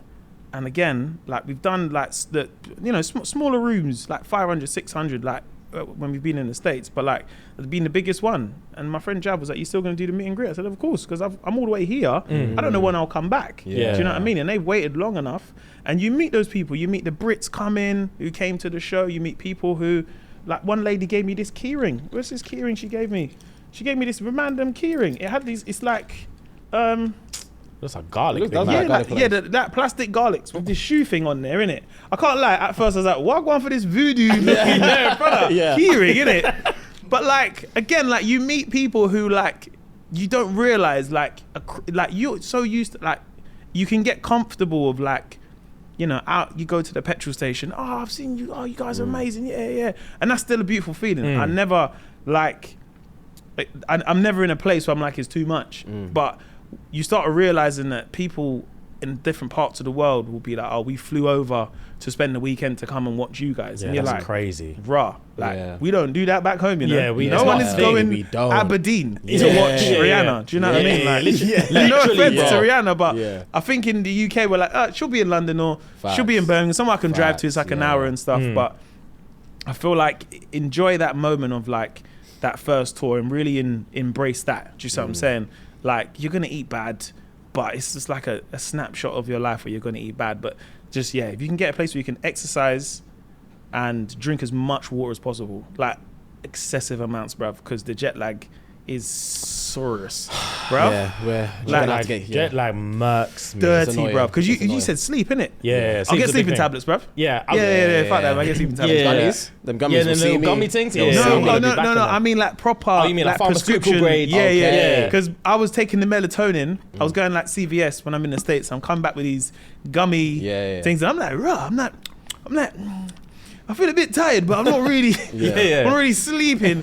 But now, like, because again, like the one is the jet lag. So when we get to LA, I'm still on UK time, and I'm like, I've got a show at 9 o'clock in the evening. So I'm up for the rest of the day. I need 6 to 8 hours. Sleeping tablet, bang, I'm out, bruv. And then you wake up in the morning refreshed. But yeah, sleeping tablets, water, and gym is like Those top three. crucial, man. Cool. Crucial. Guys, we're gonna lock in. Yeah, we are man. gonna lock in. Lock in. So, man. continuing on your tour, obviously you're doing In the Moment at the moment. Yes, And, yeah, man. Jeez, Come you on. read that down. Come on. You Come said, on. Come on. You come said, on. watch, bro. You're doing In the Moment at the moment. Yeah, I see you biting your lip for the last 45. I've been thinking. Don't forget Anyway, it. So my question to you is, what would you say are your top 2/3 cities or countries you've done so far? And second question, what are your top 3 highlights so far? Okay, Gang, so good questions. Thank you. on this tour so far, we've only done the American leg, but from the States, it's interesting, man. I think favorite cities, like Toronto felt like home. It felt like London. Okay. And like the vibe was like they don't, I don't know, it's interesting because we've been in the States for so long. So when we was in Toronto, and I remember just messing about, and I was like, yo, what going on, man, Shardy, what's... And they were laughing. Is the accent as bad as it sounds? No, it's all right, because you know what it is? Like, they use the same slang as Yeah, us. they use that It's just patois the slang, yeah. dialect. Yeah. I Okay. kind of like it. I find it, I kind of like it, innit? Yo, what going, Maidan? What going, Shardy? Yo, man, you're funny, bro. And like, but again, it felt like home, innit? can imagine, yeah. So Okay. Toronto's definitely one of my favorites. And again, when I done that to the audience, I was like, this might go left. I remember doing a show in Birmingham once. I tried to do the Brum accent, and they was like, nah. They were like, not on it. They didn't find it funny because they thought I was taking the piss. Yeah. So they were like, and I get it. I'm from London, innit? So they think I'm just mocking them. So yeah, but like Toronto definitely up there. New York, again, felt like home because New York was like. I remember like trying to like I always tried to have a 10-15 minutes and talk about where I've been in it, and we had spent so much time in New York, and I was like, you know what I love about you guys in New York, you're like Londoners, because again, like people are performing on the subway there, innit? And I'm like, right, this is amazing, I'm filming it, and people looking at me like, yo man, this happens every day, B, like this ain't nothing new, and I'm like, yeah, but these guys, they need to get on Americans Got Talent or something, innit? Yeah. But then you start realizing they just like New Yorkers, like, yeah, they don't really care. And that kind of not caring attitude in New York, once you're there for a while, you start to embrace it. So I started feeling less like a tourist and more like a New Yorker as such. Do you know what I mean? Yeah, because it's that kind of like everyone's running late, everyone's going work. Do you know what I mean? Like, vibe there was amazing though. A lot of people, like, because they're very in touch with their kind of Caribbean, like, and West African side as well. Do you know what I'm saying? So we met a lot of people. Like I was meeting people who was like, yo man, I love you. You do like a lot of Caribbean comedy, man. And I'm like, not really, bro. Like, but they're getting something that they feel like they're connected to. Yeah, and that felt nice for me because I was like, I didn't know I was really producing that for you, but I appreciate it. So definitely New York is up there. It's hard third because I've gone to LA so much, and LA is always a vibe, but the most surprising one for me was Atlanta. When we done the Atlanta show. This I want to hear. Because you see Atlanta, right? When we got off the plane, I got off because I met my boy Jav there. I got off from LA. You know, you've been in LA. LA is very much like, especially like West Hollywood. You know, you got the guy in the Ferrari, the girls who just like, we're just going to go like, you know, get a cappuccino. Like, you're like, do you work? I mean, like, nobody works. I'm certain of it. Bro, I'm like, who's working? Get me to the Grove. Yes, bro. And I'm like, bro, I remember that one time we was there, summertime, there's a band there with a doom, doom, doom, doom, doom. They're singing. I said, who the fuck is working here, bro? This is Tuesday at 3:00. Yeah. But like, I think LA, I'm so used to going to LA now. Like, I know LA. So it's still one of my favorite places to perform. But I think Atlanta took third for me because I went from LA, sunny, and you get to Atlanta, and as soon as you get off the plane, like, everyone's black. Like, I've heard. Everybody's black. Like, I don't think, not like, like everyone is black, my guy. And they're like unapologetically black in Atlanta. So I was like, oh, excuse me, where do I go to locate my suitcase? He's like, yo, man, what up, player? Y'all want to go like Carousel 8 right there? Yo, and I'm like, that's not professional the way you're speaking, you know? Yeah. Like, but they're on it, like, there's a barbershop in the airport. That's insane. The music that they were playing like music that was like, it was like old soul music. So I got off the plane, I felt like I was shaft. I felt like I was here on a mission. But like, it's like, and then as soon as you leave the airport, you know, sometimes you leave the airport and you're straight on the motorway. Yeah. When we kind of left, we was like kind of on some of like the residential streets, and then you kind of, and again, you look at the houses, you see the cars, you see the big, I don't know, 24-inch rims and stuff, and we were like practically in the hood. And I said to Jav, I was like, we're in the hood, innit? He's like, yeah, bro, we're in the hood, bro. He's like, click, click, click. But like, I feel like there's a part of that city that feels like, I don't know, going there and doing comedy, just felt, if I'd never done it on that tour, I would have regretted it. Do you know what I mean? Because it was one of those places where, a part of America, I've been New York before, I've been to LA before, but this was like, it's its own place, Georgia. Do you know what I mean? And then Atlanta in it. There, man. Same. Yeah, it's a nice vibe, man. So Toronto, New York, Atlanta, top three. Yeah. Okay. But I'd probably say Toronto. Yeah, Toronto, New York, Atlanta. Don't get me wrong, loved Philly, loved LA.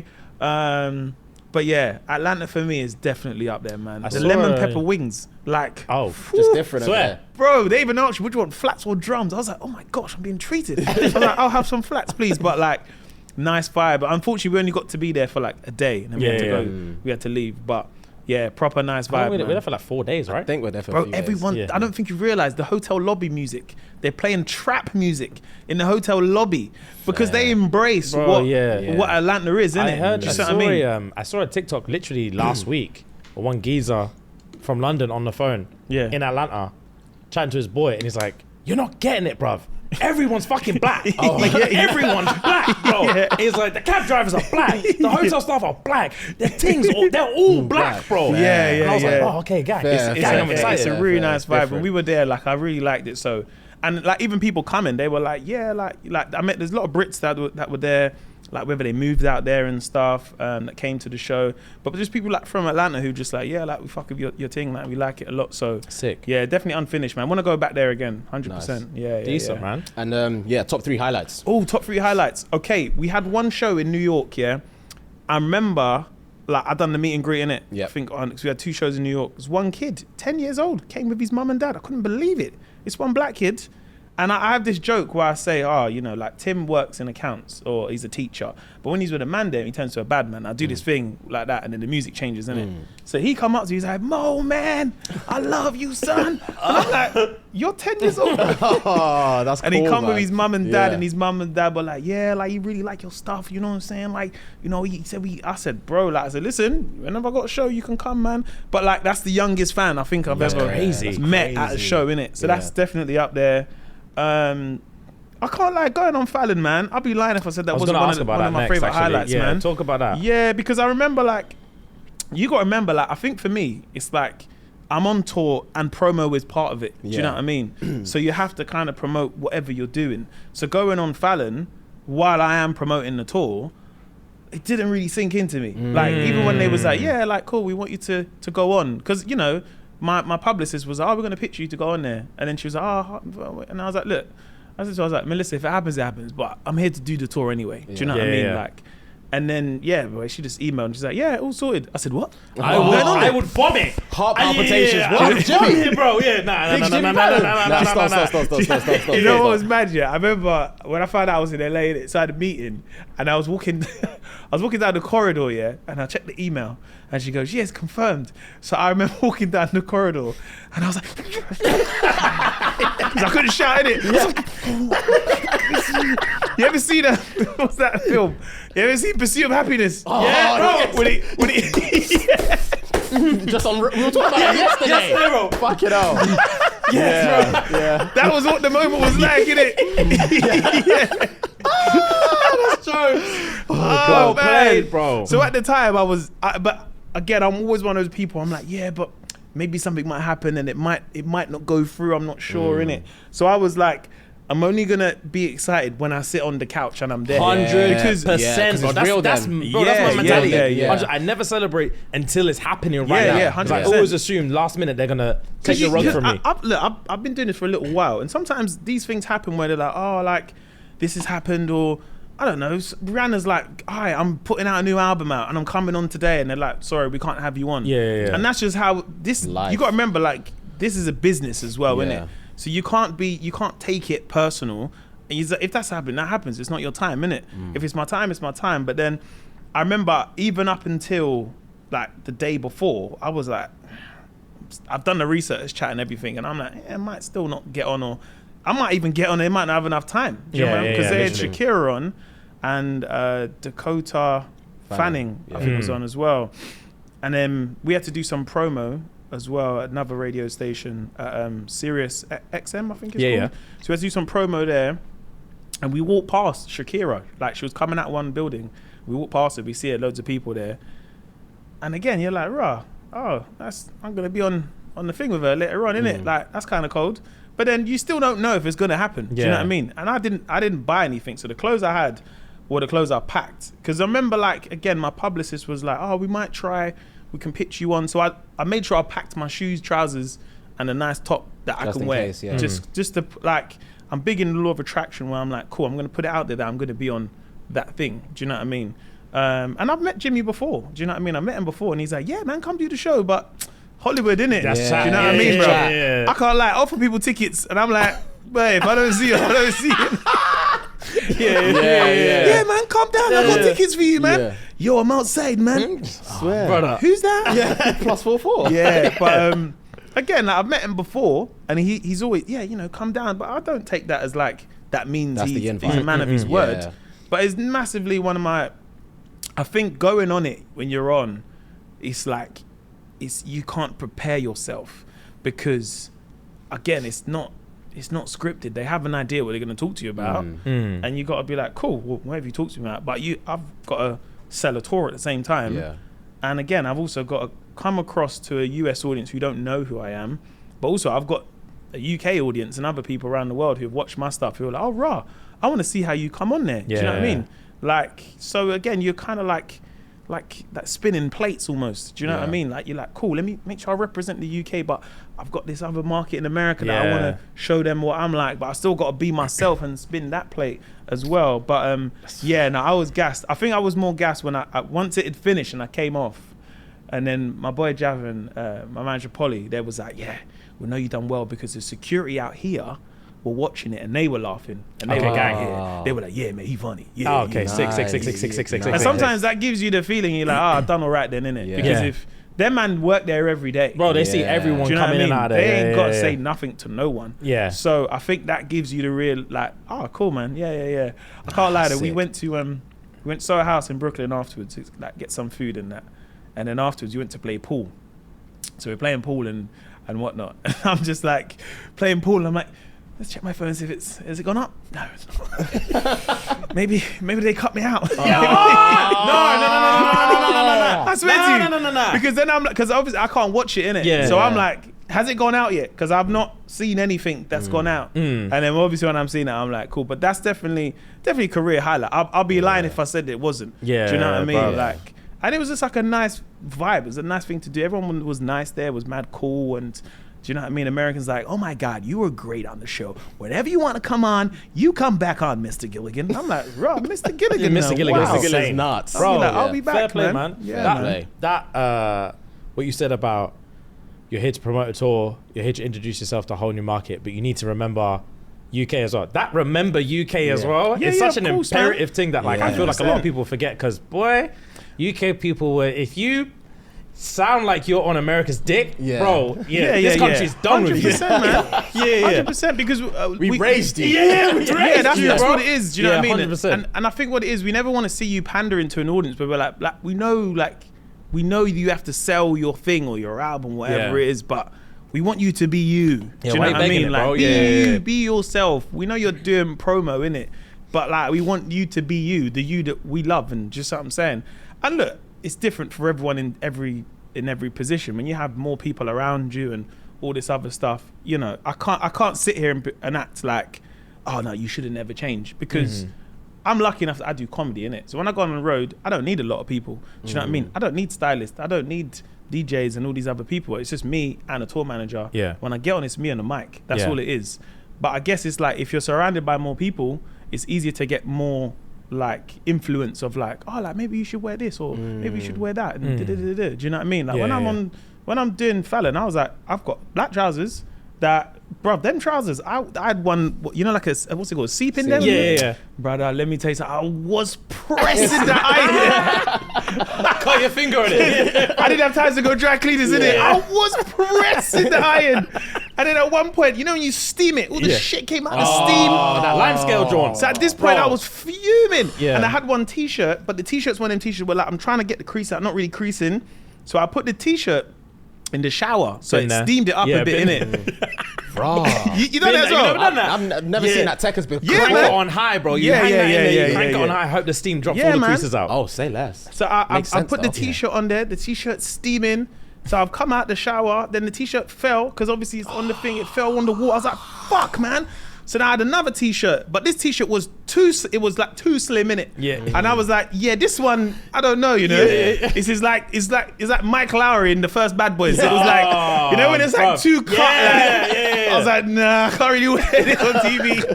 But I went with that one, and then I thought, okay, cool, I'll wear a cardigan, so I'm a bit more chill. Because again, I got my brethren are the realest friends where they'll be like, yeah, bro, you look cool, but I don't know for that slim man t-shirt, you know, bro.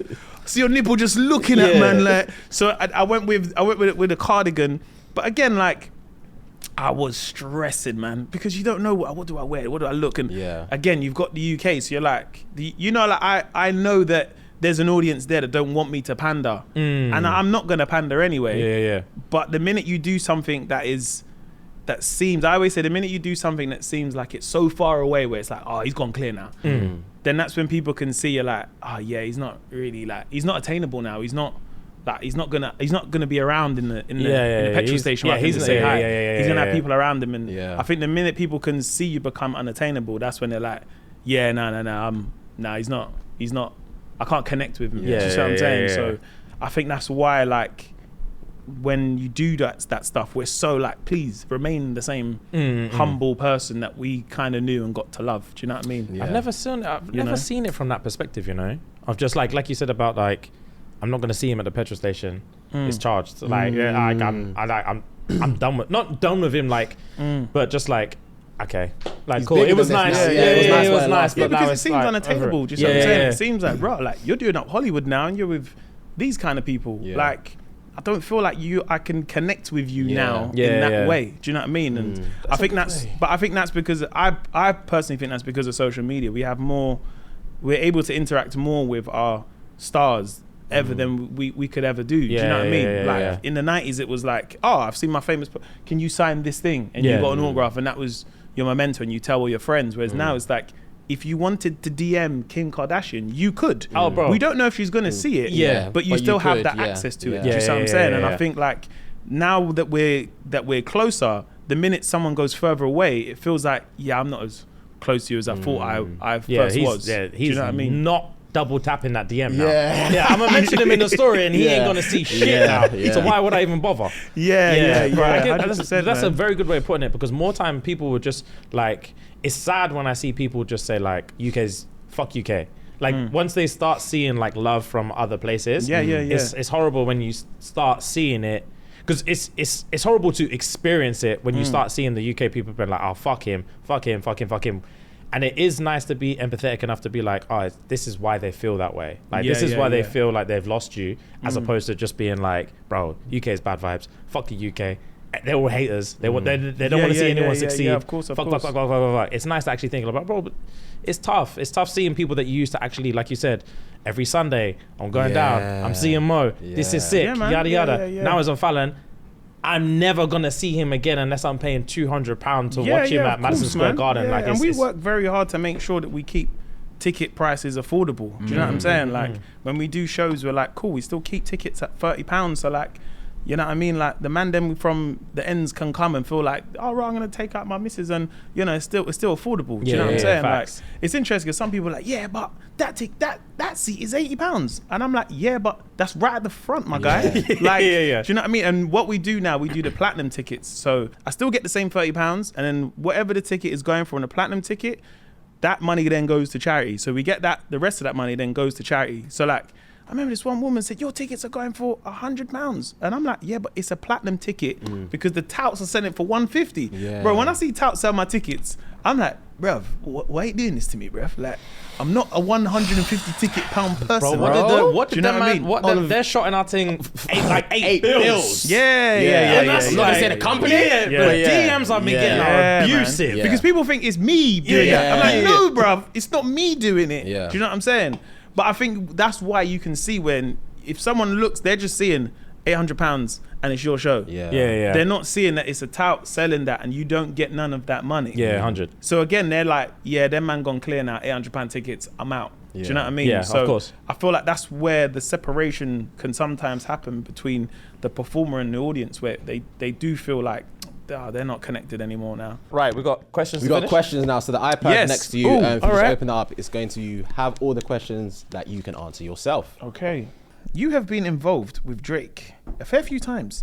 He reposted one of your videos earlier in your career, and you talked about a funny meeting you had with him recently on Jimmy Fallon. What is your take on the Kendrick and Drake beef? Woo! Okay. Do you know what? I like both artists, innit? They're both two of my favorite artists. I've seen Kendrick at the O2, one of the best, I think, live shows I've ever been to. I've seen Drake a few times, actually.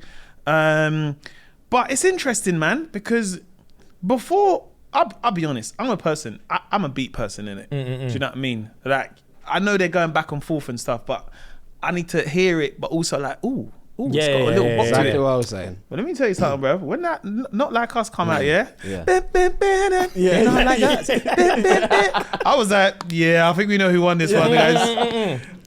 Beat stupid. Yeah, I don't know. Like, it's hard because, you know, like, it's interesting with these beefs because they're both going back and forth.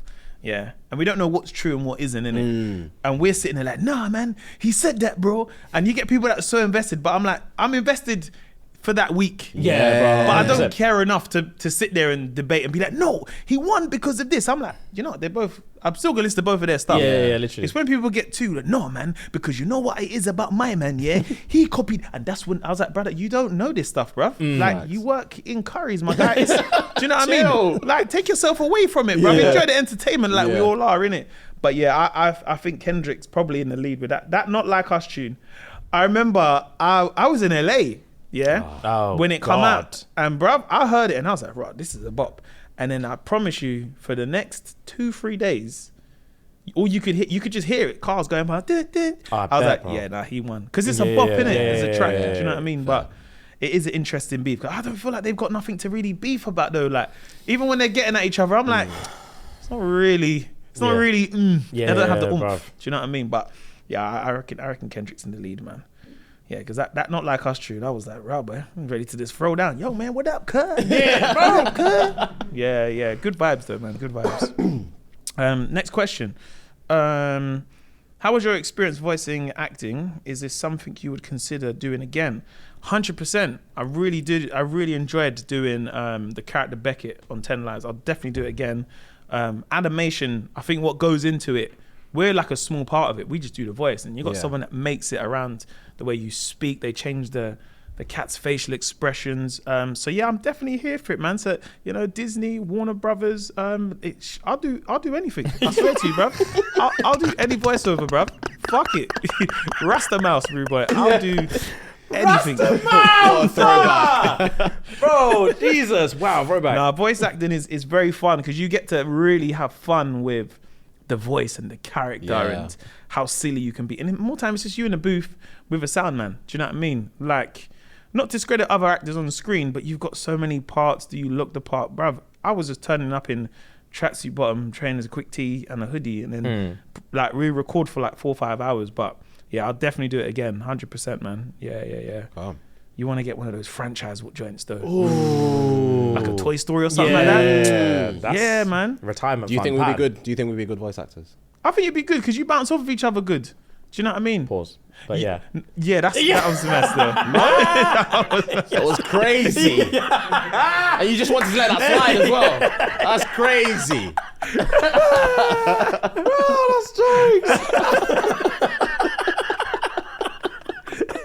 It's the good at the end. You bounce off each other good. Yeah, Jesus. I had to look at the both of you to make sure we're all on the same page. Oh god. No, I would like to do something like that though. I think that would be cool. I think Yeah, that'd be really yeah. Yeah, voice acting is so fun, man. I can't lie. I think at first I was very nervous, but what you'll realize if you ever do voice acting is that your voice only lasts about 3 to 4 hours. Then after that, it's like, it gets mad croaky. So 4 hours you're in, and then you do the next session probably about in a month's time. Oh, wow. Yeah. Because they got to put all the stuff together, innit? fair. So we Sick. didn't do it with everyone. So that project, I think 10 Lives took a close to like 18 months. Wow. So I'd go in every other month and then kind of do some sessions and whatnot. That's a So long yeah, process. it takes Fair play, a bro. long I had time. no man. idea. That's a good insight. Yeah, that is a very good Very insight. cool insight. Well played. Yeah, it takes long, man. All right, cool. If you could have been a voice in an animated film or video game, what would it be and why? Do you know what I'd want to be in? I'd want to be in like a Grand Theft Auto, bruv. Some kind of character. You know Danny Dyer is in, I think he's in San Andreas. Yeah. Is he for real? Yeah, he's in San Andreas, bruv. Fair. So if Danny Dyer can be in San Andreas, bruv, I couldn't be there too, you bruv. can pull off easily. Fair. So yeah, no, I'd love to do a video game. I don't know what video game, but it'd be so cool to be in that world. Do you know what I mean? Like, if it was like an animated film though, again, like something like if you're like in a scene in like an iconic, you know, like Shrek, for example. Yeah. Like I was talking to Jonathan Ross recently, and he's in Shrek. I think when they go to the bar, when they go to that, I think, you know, it's like a pub scene, and I think it's where they meet Puss in Boots. It might be the second one. I'm not too sure. Bro, I can literally. And he goes to the picture it bar right now. Yeah. And he's like I think the character is like a bearded lady or something. I was gonna say like one. that. I remember. And I never clocked that was Jonathan Ross. Yeah, but bro. now that you said that, I can literally hear it right now. Andy Peters is in Thing, bruv. He's in Toy Story. He's in Toy Story 2. So I remember watching this thing as a kid where he went over there with Pixar and voiced the character, and it's in the film. So if you watch Toy Story 2, I think it's the bit where the guy steals the toys, isn't it? And he's trying to take them to Japan. Yeah. And there's a scene where it's going up to the conveyor belt thing on the thing, and that's Andy Peters. And he's like, oh, where should I put it, on number 6 or something like that? And he's Fucking hell. bruv. Oh, right. Yeah. So he's in Toy Story bro. 2. Fair play. Yeah, man. Fair play. What's the next one? Congrats on your appearance on Jimmy Fallon. As a London boy born and bred, what's your opinion on the Hollywood world? Hollywood's an interesting place, you know, because you know what's mad, yeah? We see it from the outside.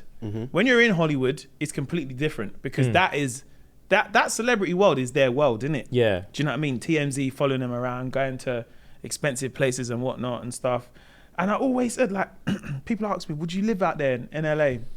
I think the difference is I'm not from there, innit? So I'm always going to see it as a tourist. It's not my world. Do you know what I mean? Like, the Kim Kardashians, that's been their life for all they know, innit? Do you see what I'm saying? So their friends are celebrities. That's who their world is and stuff. I think for me, though, it's like, bro, I remember he was on tour. I couldn't wait to come back because it's just things like the banter, for example, and stuff. Like, the banter is different here. Do you know what I'm saying? Yeah. Like, the one thing I do love out there is the sun, though. The sun is crazy.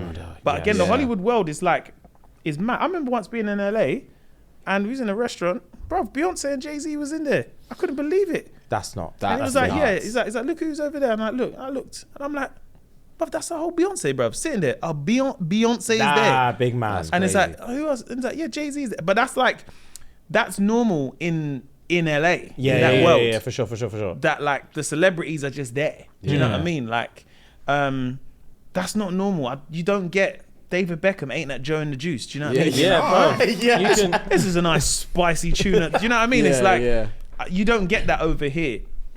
And I think this hasn't been my world. I've not grown up in entertainment as such.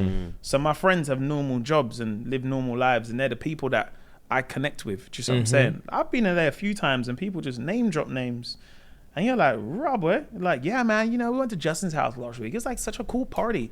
I'm like, Justin who? He's like, yeah, Bieber. And I'm like, bro, you said that like that's your brethren. Like, it's like, yeah, it is, but that's normal in that world. That's not. I'm still like, bro, what can I come? Yeah. And again, it's like it's a level that it's just not me, man. Do you know what I mean? Like,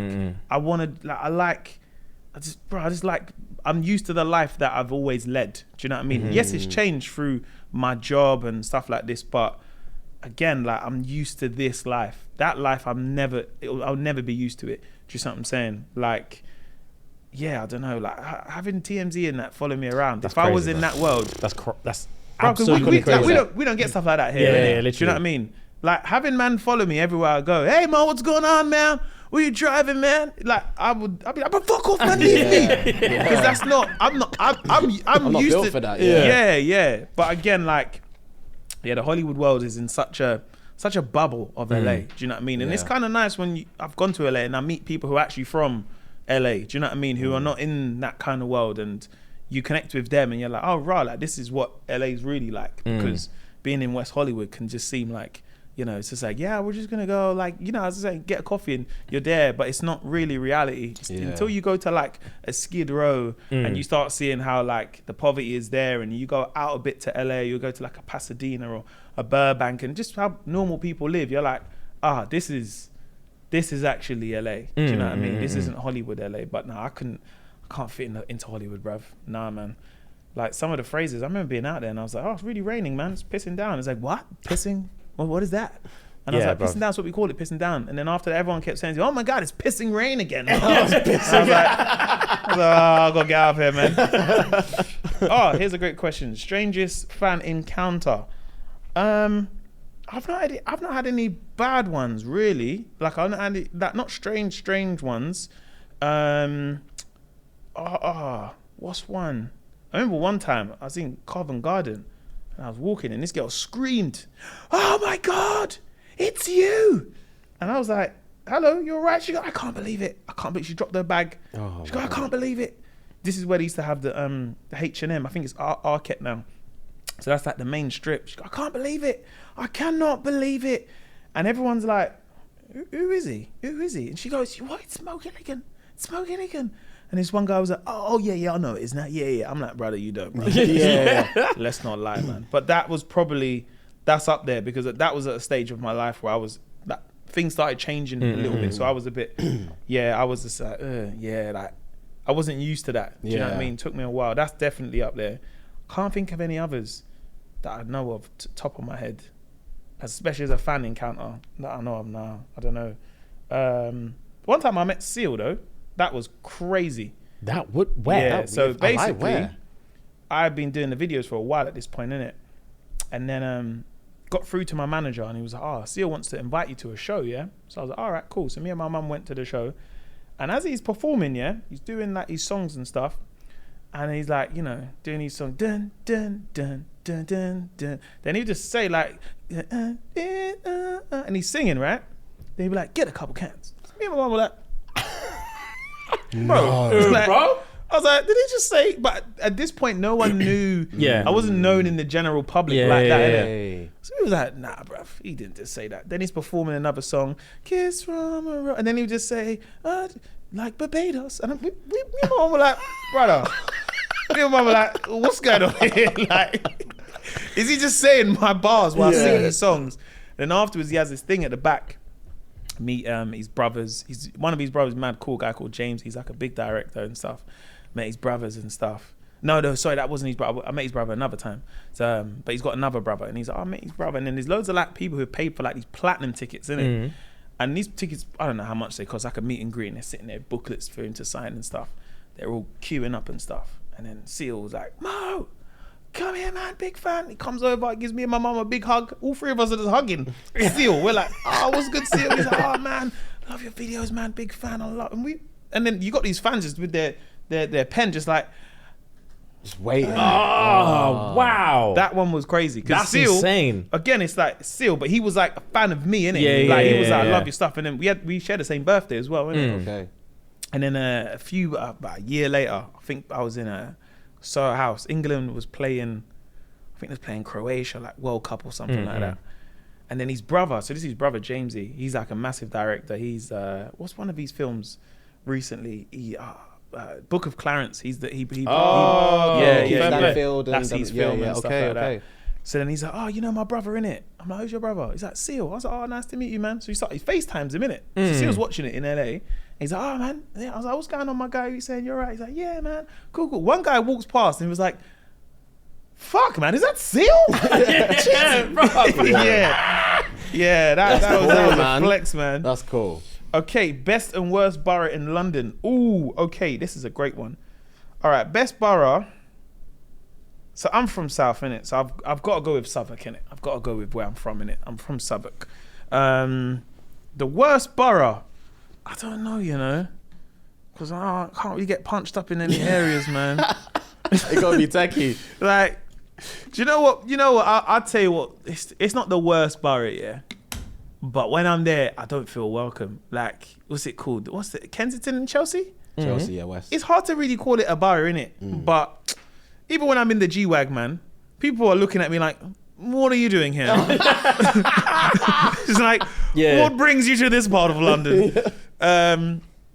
So for that, I'd probably say there's nice parts of that area. Don't get me wrong, bro. If I was billionaire, I'd probably live there, innit? But yeah, man, it's like, actually, what?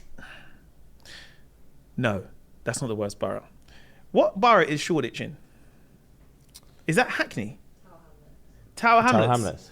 Let me tell you something, yeah? The reason why this is the worst borough, yeah? Have you ever tried to park in Hackney? Have you ever seen what is on the signpost of parking in Hackney? You know, like some areas would be like, after 7, cool. Yeah. Listen, people that listen to this pod, if you try to park in Shoreditch, yeah, that area is the most confusing parking. It'll be like 3 after 7, Monday to Friday, Saturdays, and you're like, hold on, so can I park, can I not? Big man, the worst. There's on Shoreditch High Street, there's a fucking car park, yeah? This happens to me all the time. There's a car park. Is it that Euro one? Yeah. And every Saturday, they use it for food festivals. Oh yeah. I know the Bro, one still. so the amount of times this Yeah. happened to me last week. I would stay there on like a Friday night or whatever. Oh no, wait, no way. You're telling me, go on. Bro, come on my hotel, stroll down to my car. This happened to me like 2 weeks ago, bro. Stroll to my car, blah, blah, blah, blah. There's a fucking G-Wagon in the middle of the car park and food trucks, tables, people, swear. an entire food festival is in this car park and my car is smack bang in the middle. That No. would give me the most anxiety. Music, barbecues, everyone clapping, clinking glasses, and I'm like, sorry, I need That's to get... wild. Yeah, Man, I'm bro. just eating falafel on your bonnet, bro. And I'm like, guys, sorry, I Falafel need- and cheese I on need- your I bonnet, need- bro. I need to get my car out, I'll bro. go mad, bro. They had to drag the whole thing like all the way out of the car park, stop traffic, everything for me to be sat there like, cheers guys, sorry. Sorry, coming through. Sorry. And it's loud, obviously you start the engine. Yeah. I didn't mean it. Bro, Sorry. car. Excuse me. Can you move the quinoa stand? Thank you.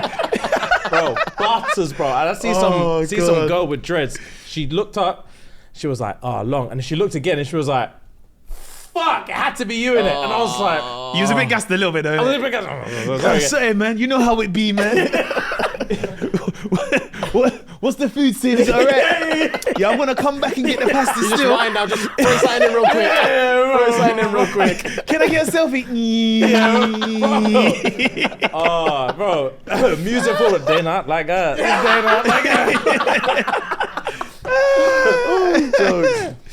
Okay, which country pleasantly surprised you on tour? I think America, definitely. That's always going to be up there. But I think a place I've been to before is probably Australia. Australia, man, massively. Everyone was like, oh man, be careful, the spiders and the snakes. They're not in mainland Australia, innit? Yeah, They're like yeah, in yeah. the outbacks and stuff, innit? So we were like Melbourne, Sydney, we're going to like the major places. But yeah, it was a nice vibe, man. I'll never forget, we went to this club, bro. And it was like, we walked in and we had like not like a guide, but she worked for like the touring company that we used. And she was like, I'll take you around where you need to go. She was quite young, like same age as us. And we went to this club, and I'll never forget, it was like Step Up. People were really dancing in there. Like, Up, wow. yeah, like Damn. me and my boy Jav, we walked in there, and they're really dancing. Like, they're like really like breaking down and stuff. And we're like, bro, like people are really dancing in here. But what threw me off is like, there were guys like brothers who were like us, yeah? And then he come up to me and was like, oh, mate, big fan of your stuff, man. Oh, bro. I'm like, where did that accent come Yeah. from? And like, but it was just like Mandan, but they've got our accent. Like, sorry, Yeah, they're an Mandan, accent. but they got their accent, and it threw me I can because they imagine. were I like, can "Oh imagine, man, bro. I've seen you on Big Nasty, man, big fan, man. What are you doing out here, brother?" I'm like, brother, you not like me, but You sound like that. you don't like crooked. You sound sound like like that. crooked on your You beat. sound like that. No, how does it But work? the vibe there in Australia was like proper nice vibe, man. Yeah, really nice people, man. Food was banging as well. Oh, okay, sick. But no, the food was banging as well. I Okay, like the sick. food, man. Yeah, like we had some ramen.